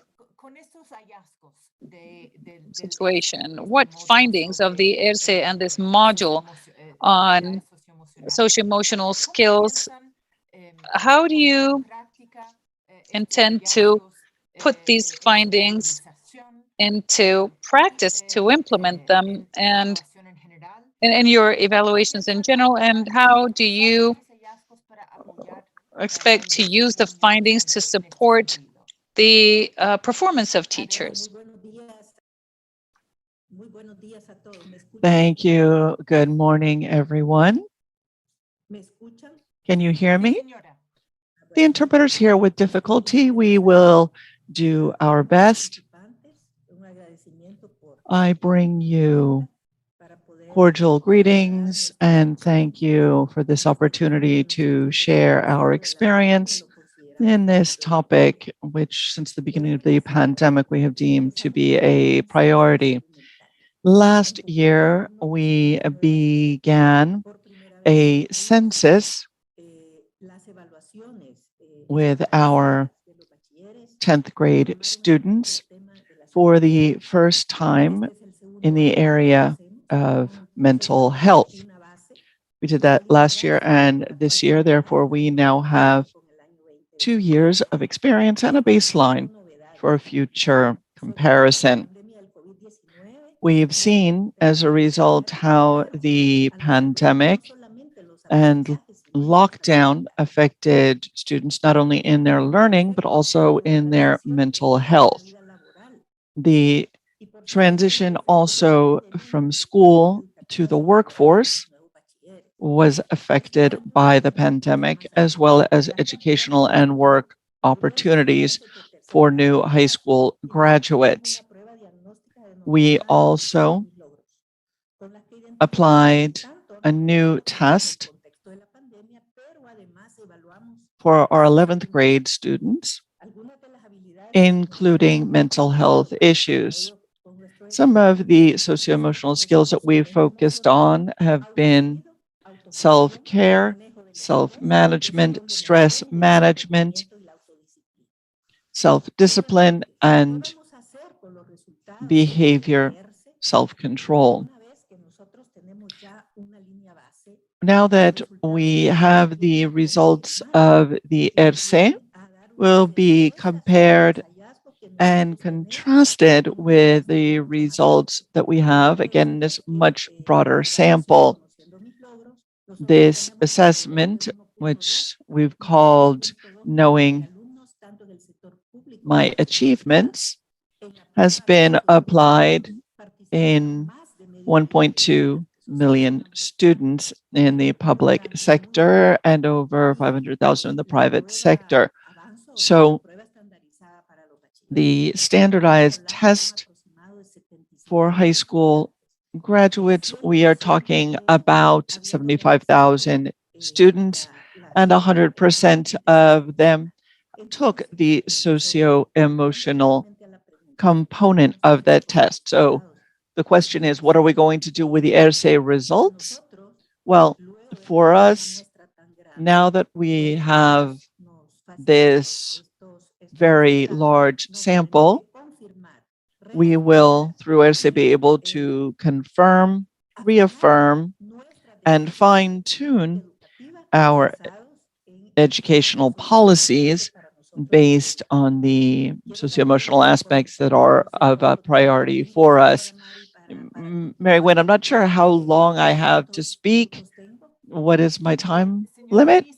Madam Minister, let's turn to the other panelists so that hopefully we will have time to come back to you with another topic so that you can continue to address that very well. So thank you very much for your response. It is good to see that you've been able to make progress on these very important topics. And as we all know, in the context of the pandemic, of course, mental health requires a priority response. Adriana, I'd like to ask you to talk a bit more about the experience in Uruguay, which has always stood as a model, a very interesting example for the region. Could you please tell us a bit more about what you're doing, what the teachers are doing in your classrooms, and how that has an impact on students? We've seen it in traditional learning, and now this has been confirmed in terms of socio-emotional skills. So in Uruguay, what sorts of policies have you implemented that have contributed to the development of these skills? Good morning for some of you, good afternoon. Thank you for the invitation. I am really quite pleased with this research because of its saliency. I don't want to speak extensively, but just allow me to underscore the importance of socio-emotional skills and how important it is to include it in our curricula. And in this context, of course, teachers are key in securing those skills. A concrete development, the actions that teachers take to allow students to develop these skills. When they provide empathic support for students' well-being, when they provide feedback, monitoring, when they are teachers that are well prepared and organize their classes quite clearly. And we can see this in terms of the learning through standardized testing, PISA and others, but it has been very important to highlight the socio-emotional aspects as well, and UNESCO has done a wonderful job of doing that. If I speak briefly about what Uruguay has done in this realm, certainly there are some things that have to do with the pandemic, and maybe we can address that later. And there are others that have been in place for some time. On the latter, I'd like to note what was done at the end of last year and into early 2021 as a result of this incredibly traumatic school experience, the closing of schools, going back on site. We developed a set of classes that were taught basically over the summer between one session and the next, focusing particularly on empathy and resilience. Empathy between and among students, between teachers and students. We did some tutoring in our elementary and secondary schools, all of our mandatory educational system. We also made our assessment criteria a bit more flexible for academia. And we also looked at a number of different areas that are priority for the curriculum, for, in other words, key achievements. In the context also of this, we saw the question of personalization and understanding what is happening to each student and each teacher. Another policy we have, which is not linked necessarily to the pandemic, is an overarching human rights-based approach. Obviously, this has to do with the right to life, suicide prevention, sex ed, inclusive education. Again, we have a cross-cutting approach to inclusive education, and that also has a lot to do with emotional skills, tolerance, acceptance of differences, The results in Uruguay, I think, have been quite good in that regard. We always can do more, but I think that the results of the study also reflect that. We have flagship schools that are also well known that we've been working on in our high schools starting last year. And we're also doing some training in socio-emotional skills for teachers. We started this formally last year, but we're also continuing down that path. So this is a broad brushstroke overview. But again, these are the kinds of things that we're doing and have been doing over the last 4, 5, 6 years, but also what we've been doing more recently in the context of the pandemic. Thank you for that outstanding summary of everything you've been done. Of course, a very long-standing history of a targeted approach to all of these topics.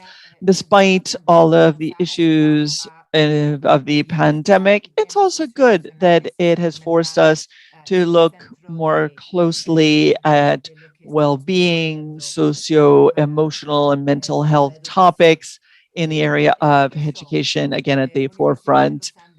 Enrique Shaw, professor, Universidad de los Andes, Colombia. You also have a lot of experience in these areas, citizen civic skills, and in socio-emotional aspects in Colombia. What is your understanding? What do you see in these ERCE results? And from your perspective, how do they inform and provide feedback for the measurement agenda of these skills in Latin America and the Caribbean?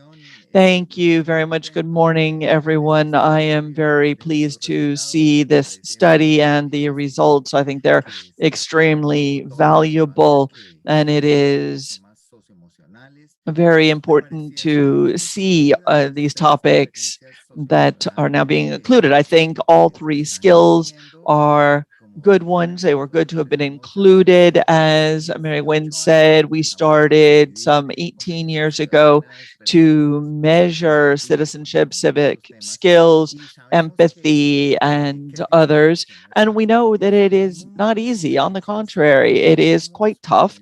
There are a lot of skills that we could measure, that we would like to measure. But with the technology that we have today, there, again, is a lot left by the wayside. And that certainly may be brought to the forefront subsequently with technological advances. But nonetheless, I think that the results are particularly enlightening and helpful, particularly with regard to teachers and certain key variables, such as the organization of classes, the issue of disruption and disorder in the classroom. And I think that in this regard, we do need to send a very clear message to all of Latin America and the Caribbean in saying that we need to train our teachers much better, particularly in the early training of our teachers in socio-emotional topics. I see a lot of schools of education in Latin America that look so deeply at the history of pedagogy, that look at academic areas, but there is a almost complete dearth of training in socio-emotional skills. So on the one hand, we need for them to be able to develop their own socio-emotional skills, but also for students of our future teachers to learn the pedagogy involved in socio-emotional skills. And I think that's one of the outcomes that's so important from this research. Thank you very much. It's interesting that you've mentioned the selection of topics. I know that this has been the matter and a point of discussion, of intensive discussion, because obviously there are different conceptual models and socio-emotional skills. So I'm very pleased to hear that this will be a significant contribution to you, and hopefully this is also something that will provide a strong message for technical and policy advocacy. Now let us turn to Wolfram Schultz, who, as I mentioned, comes from the International Civic and Citizenship Education Study, ICCS, IEA. And so Wolfram, he has a vast trajectory in these matters. He's been working in Latin America and the Caribbean, and taking into account the results of the ICFS of 2016, where several countries participated from the region. For you, how do these findings supplement your studies, and how do they compare to what we have presented today of ERCE? And how do you view this new information that we are publishing today? Good afternoon or good morning. It is a pleasure.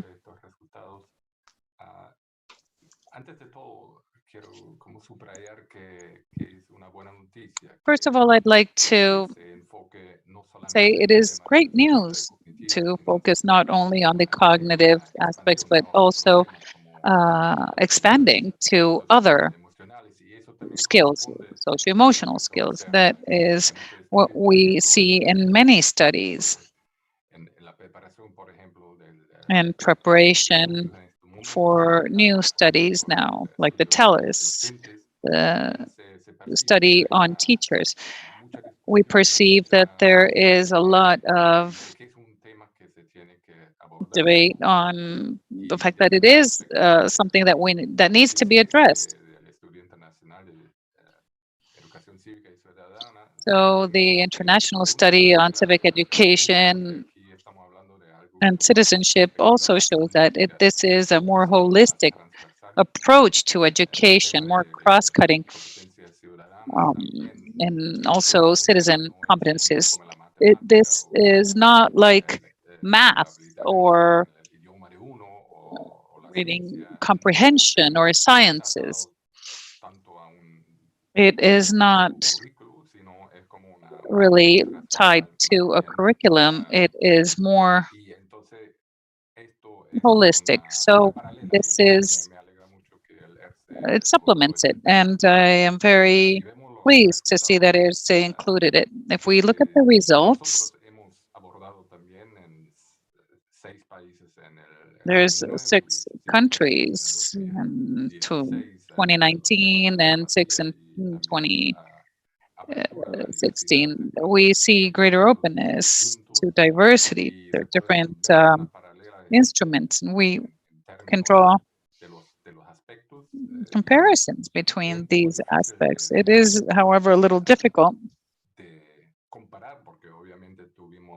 to compare because there were less countries of the region in this study, but it was included in the regional questionnaire for Latin America, and we see something similar in the results.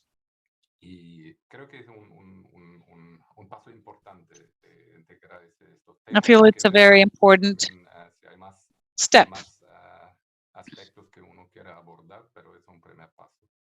I think it is a very important first step. Well, that's great because we've been able to join forces and learn from each other. Minister, we have a few moments to go back to you. If you allow me, for JESE, it is the first time measuring these skills. And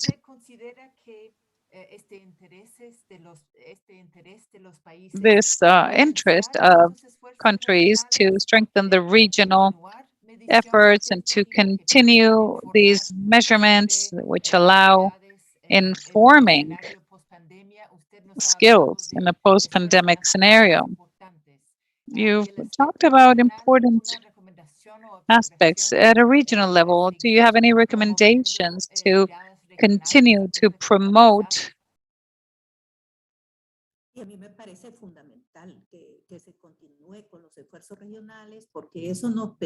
There are regional efforts. We need to learn from each other. And we are open to learning from other experiences. In continuous learning,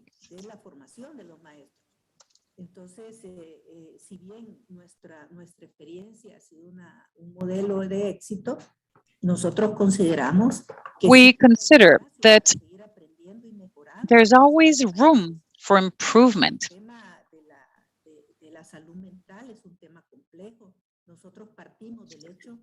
We begin by saying that a teacher is a human being before being a teacher, and the student is a human being before becoming a student. So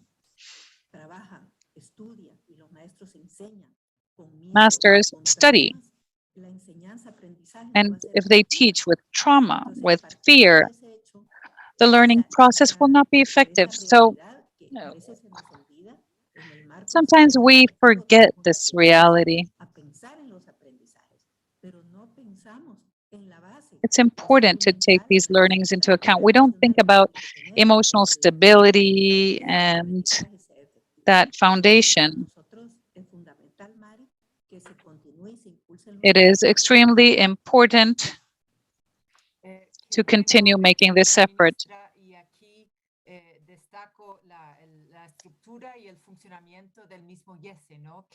Junta a los países, que elabora estos instrumentos y ejercicios de forma colaborativa, con una mirada muy regional, aprovechando la diversidad. It is important to take all this diversity and incorporate it into this regional perspective and to continue working together.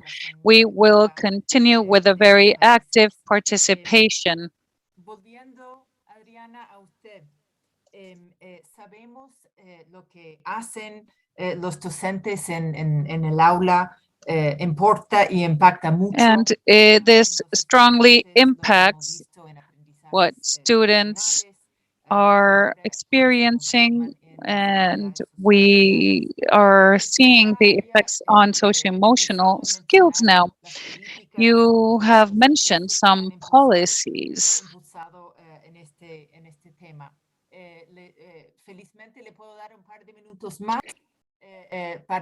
We would like to offer you a couple more minutes to continue expanding on this. Well, we're very satisfied with the results, and the study results need to be improved, and this is very interesting. One thing is gender, to really pay attention to what is happening to males, because with the gender policies, there is a lot of efforts being made to favor girls, but there's educational systems, say in Uruguay, that have some lagging behind of boys.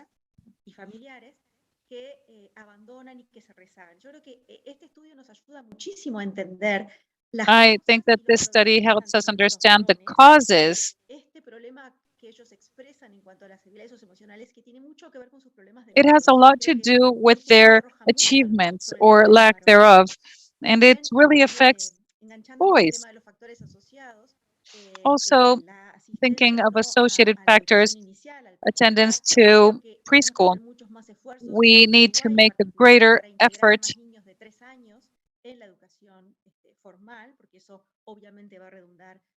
and this will eventually affect them in many other things in their lifetime.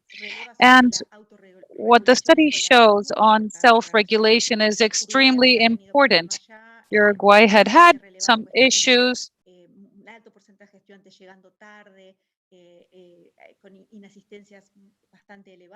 and organizing everything in the classroom. So the study, once again, shows that even with positive results, we need to think about other skills. Empathy, for example, empathy has to do with tolerance and conviviality and with other aspects. Now, going back to teachers, we're in the beginning of curricular transformation. And of course, we have one that is mandatory for students, but we are working on an early training for teachers. They also need some socio-emotional training. And one of the things that has come up with great strength is the competition of care, of the environment and of each other. It has to do with empathy, tolerance. And this is linked to gender policies. And this is all in the curricula as well. So this study and the pandemic have left us with the importance of training teachers. It has been said before, I'd just like to underline that, and including socio-emotional training has to do with offering teachers different tools. They change their profile, they change their careers, they change their role many times, and sometimes they need input, they need tools, and they need training that they don't always receive. To conclude, I would also like to say that in Latin America and Uruguay, we need to continue talking about equity. Y qué interesante que empezó con el tema de niños varones y temas socioemocionales, desvinculación. There's also the emotional aspects of younger children, and I would like to say that there is soon to come a new launch on boys and education, and it would be excellent if next year we could promote this agenda that has been around for some time in the Caribbean with their concerns. But of course, with COVID, we've seen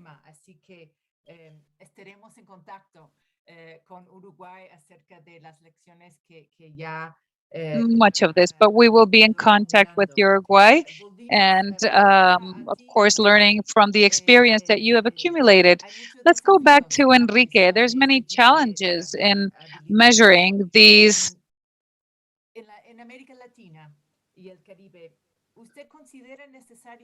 results. In Latin America and the Caribbean, do you feel it is important to look at the learning and monitor advances that we're seeing, and also, of course, the setbacks, and hopefully not, but the setbacks and the setbacks of caused by the pandemic? Well, in Colombia, we have standards related to these competencies, and we've seen this since 2004, and I believe it is extremely important that the entire educational system in Colombia has these standards. It sends a very clear message. It's extremely important, just as mathematics, language, science. And in our experience in Colombia, we've seen that this has been very important to prioritize, and perhaps the emphasis has been on what, but not how. I think we should learn from experiences such as the Colombian one and work on the how. and how to train the teachers. And it's not just a question of training teachers today, but also future teachers, and giving tools to parents along with strategies, because we know that they play a very important role in promoting all of these skills. They have a window of opportunity that is particularly important, of course, in early life, and they don't know how to encourage empathy or emotional self-regulation, or how to handle the situations of aggression at home and elsewhere. And so I think we need to also place a much greater emphasis rather on free access to teaching materials, so that all of this can be made available. I mean, these teaching materials exist. Materials for parents exist, but they just haven't been disseminated sufficiently. And, even after all of these years, I'm still surprised there's so limited such a limited evaluation of programs. There are a lot of programs, but we're not doing assessment. We're not evaluating the programs. We're not looking at effectiveness. So we need to work a lot harder, I think, on the how, and not less necessarily, but on the what. But it is absolutely important to ensure that we're doing the right thing. Thank you. I agree with you wholeheartedly, Enrique. Coming back to COVID, we've seen a real explosion in the production of these types of materials. And we are a little bit concerned that there's been so much of investment in their production, but now we need to see how they're being used and how effective they are through evaluation and look at their impact. So thank you for that response and that thought. One final question for Wolfram. We've heard this topic now numerous times about supporting teachers, public policies for training teachers. Do you have any solutions?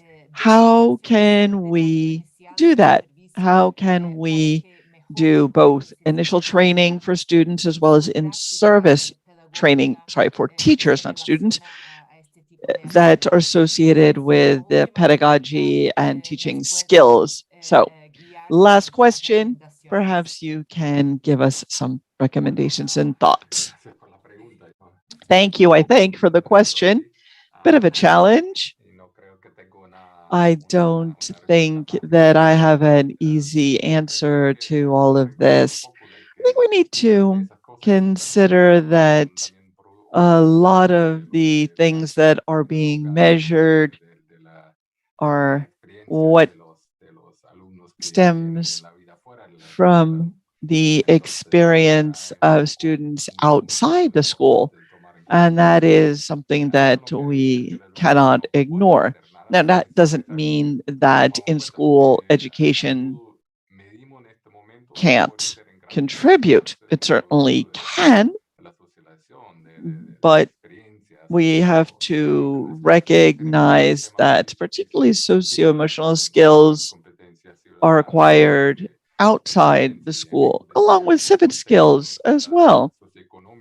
If I come from a certain socioeconomic context, I have parents or guardians who aren't particularly interested in me or in the household, or the neighborhood isn't. Again, all of this has an impact on a student's perceptions and how they evolve.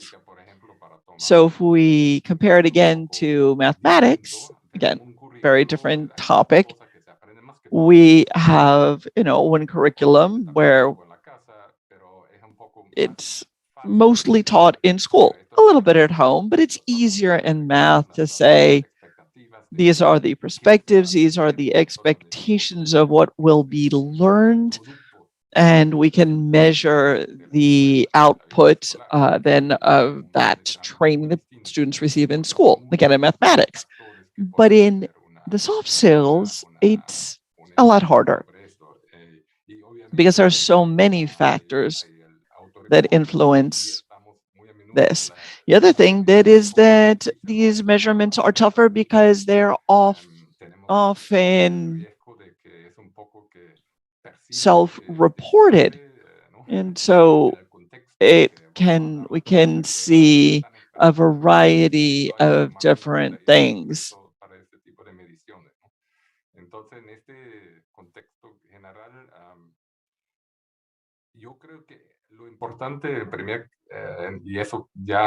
I think that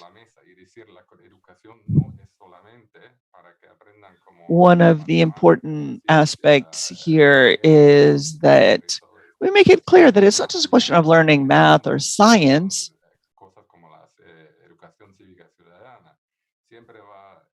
We need to go beyond that. Civic education is one of those that has come back into vogue in schools, and obviously the priority tends to be on what we know, math, science, and so forth. And I'm not saying that's not important, but sometimes it does seem to get all the attention. Enrique has said this quite clearly. It's important that we have standards, that there should be expectations, that our schools or centers address these topics, and that they be included in our teacher training programs. That's why I said it is important that at the beginning I noted that it is important to make space for these topics as well in our teacher training curricula. Now, another point is something that Carlos said at the beginning.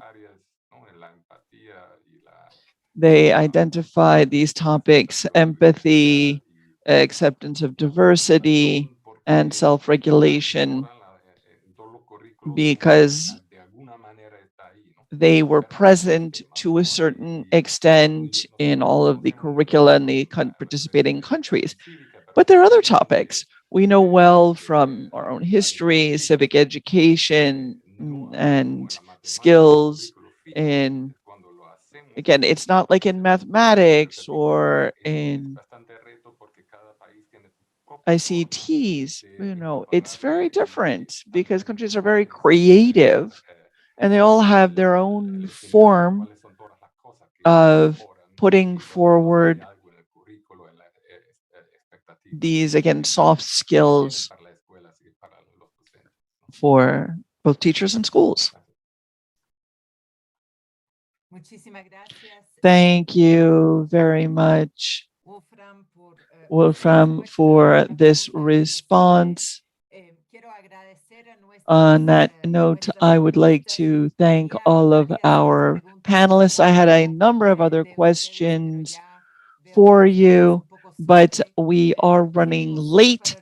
So just to briefly summarize, we've addressed topics such as the importance of family and the environment, the structural issues that form the basis of these skills, that it's not just a question of what's happening in schools or what our teachers are doing in the classroom, but rather the offshoot of a set of factors.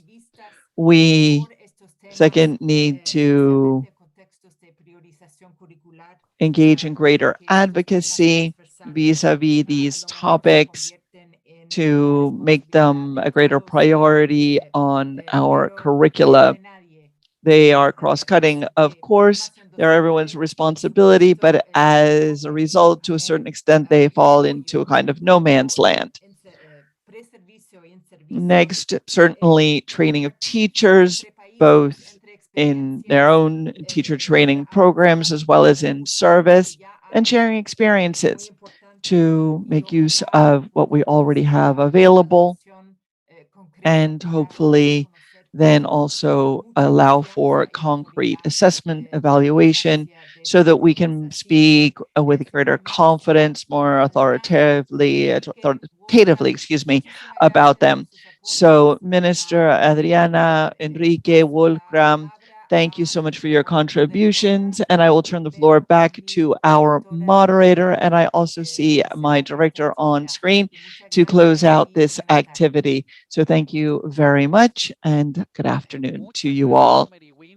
Thank you very much, Mary Wynn. I'd like to thank you all for this tremendous panel, both panels. And thank you for the conversations about the policies, teachers, and concrete action. I'd like to thank our moderator, Paula, as well.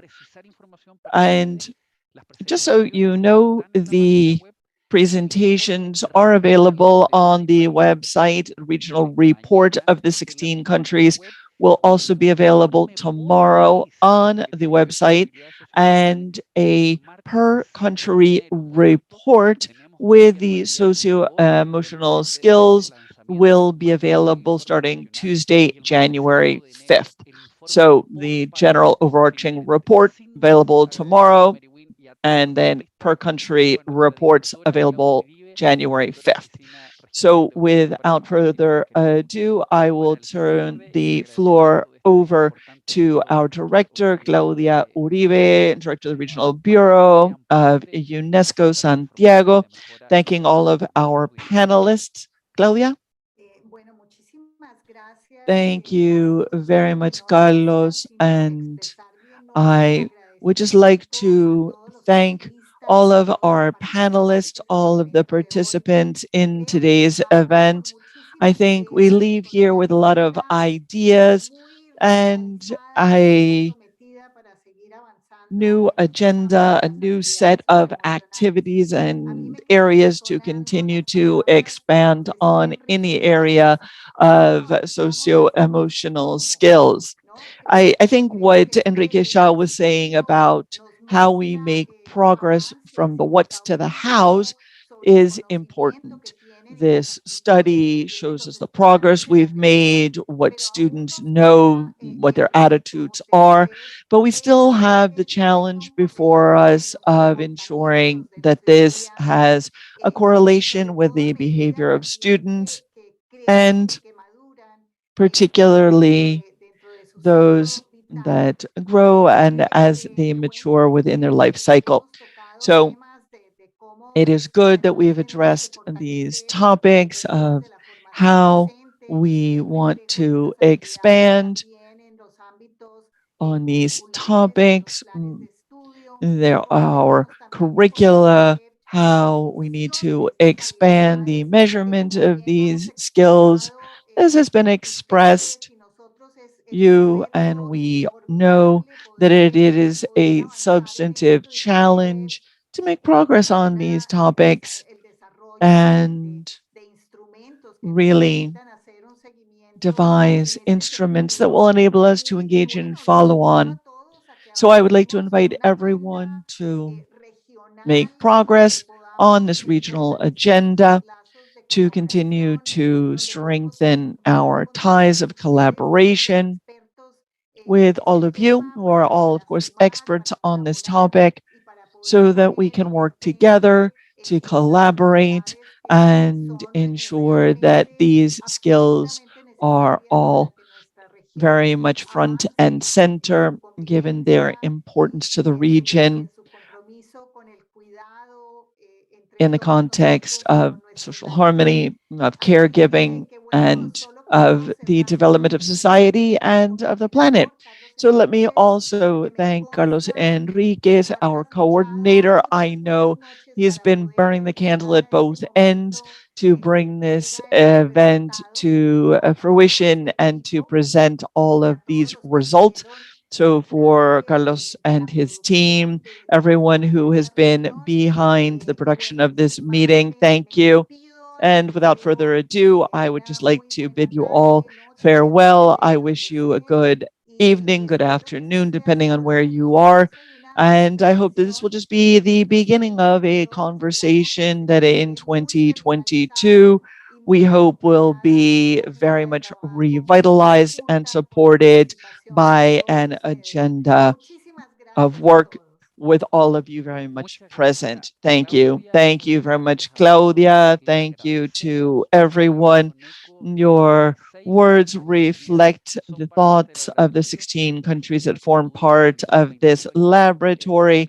The agenda, as you noted, for 2020, we have the ministers with us, all of our researchers, everyone that needs to be working in 2022 on the ERCE, looking at public policies with these socio-emotional approaches and skills, looking at our teachers. I'd also like to note and thank Wolfgram, our technical advisory committee that's enabled us to reach this high point today, and also to support the countries that will be with us in for the ERCE in 2025. All of this information, as I noted, is available on unesco.org and on the Oreal page.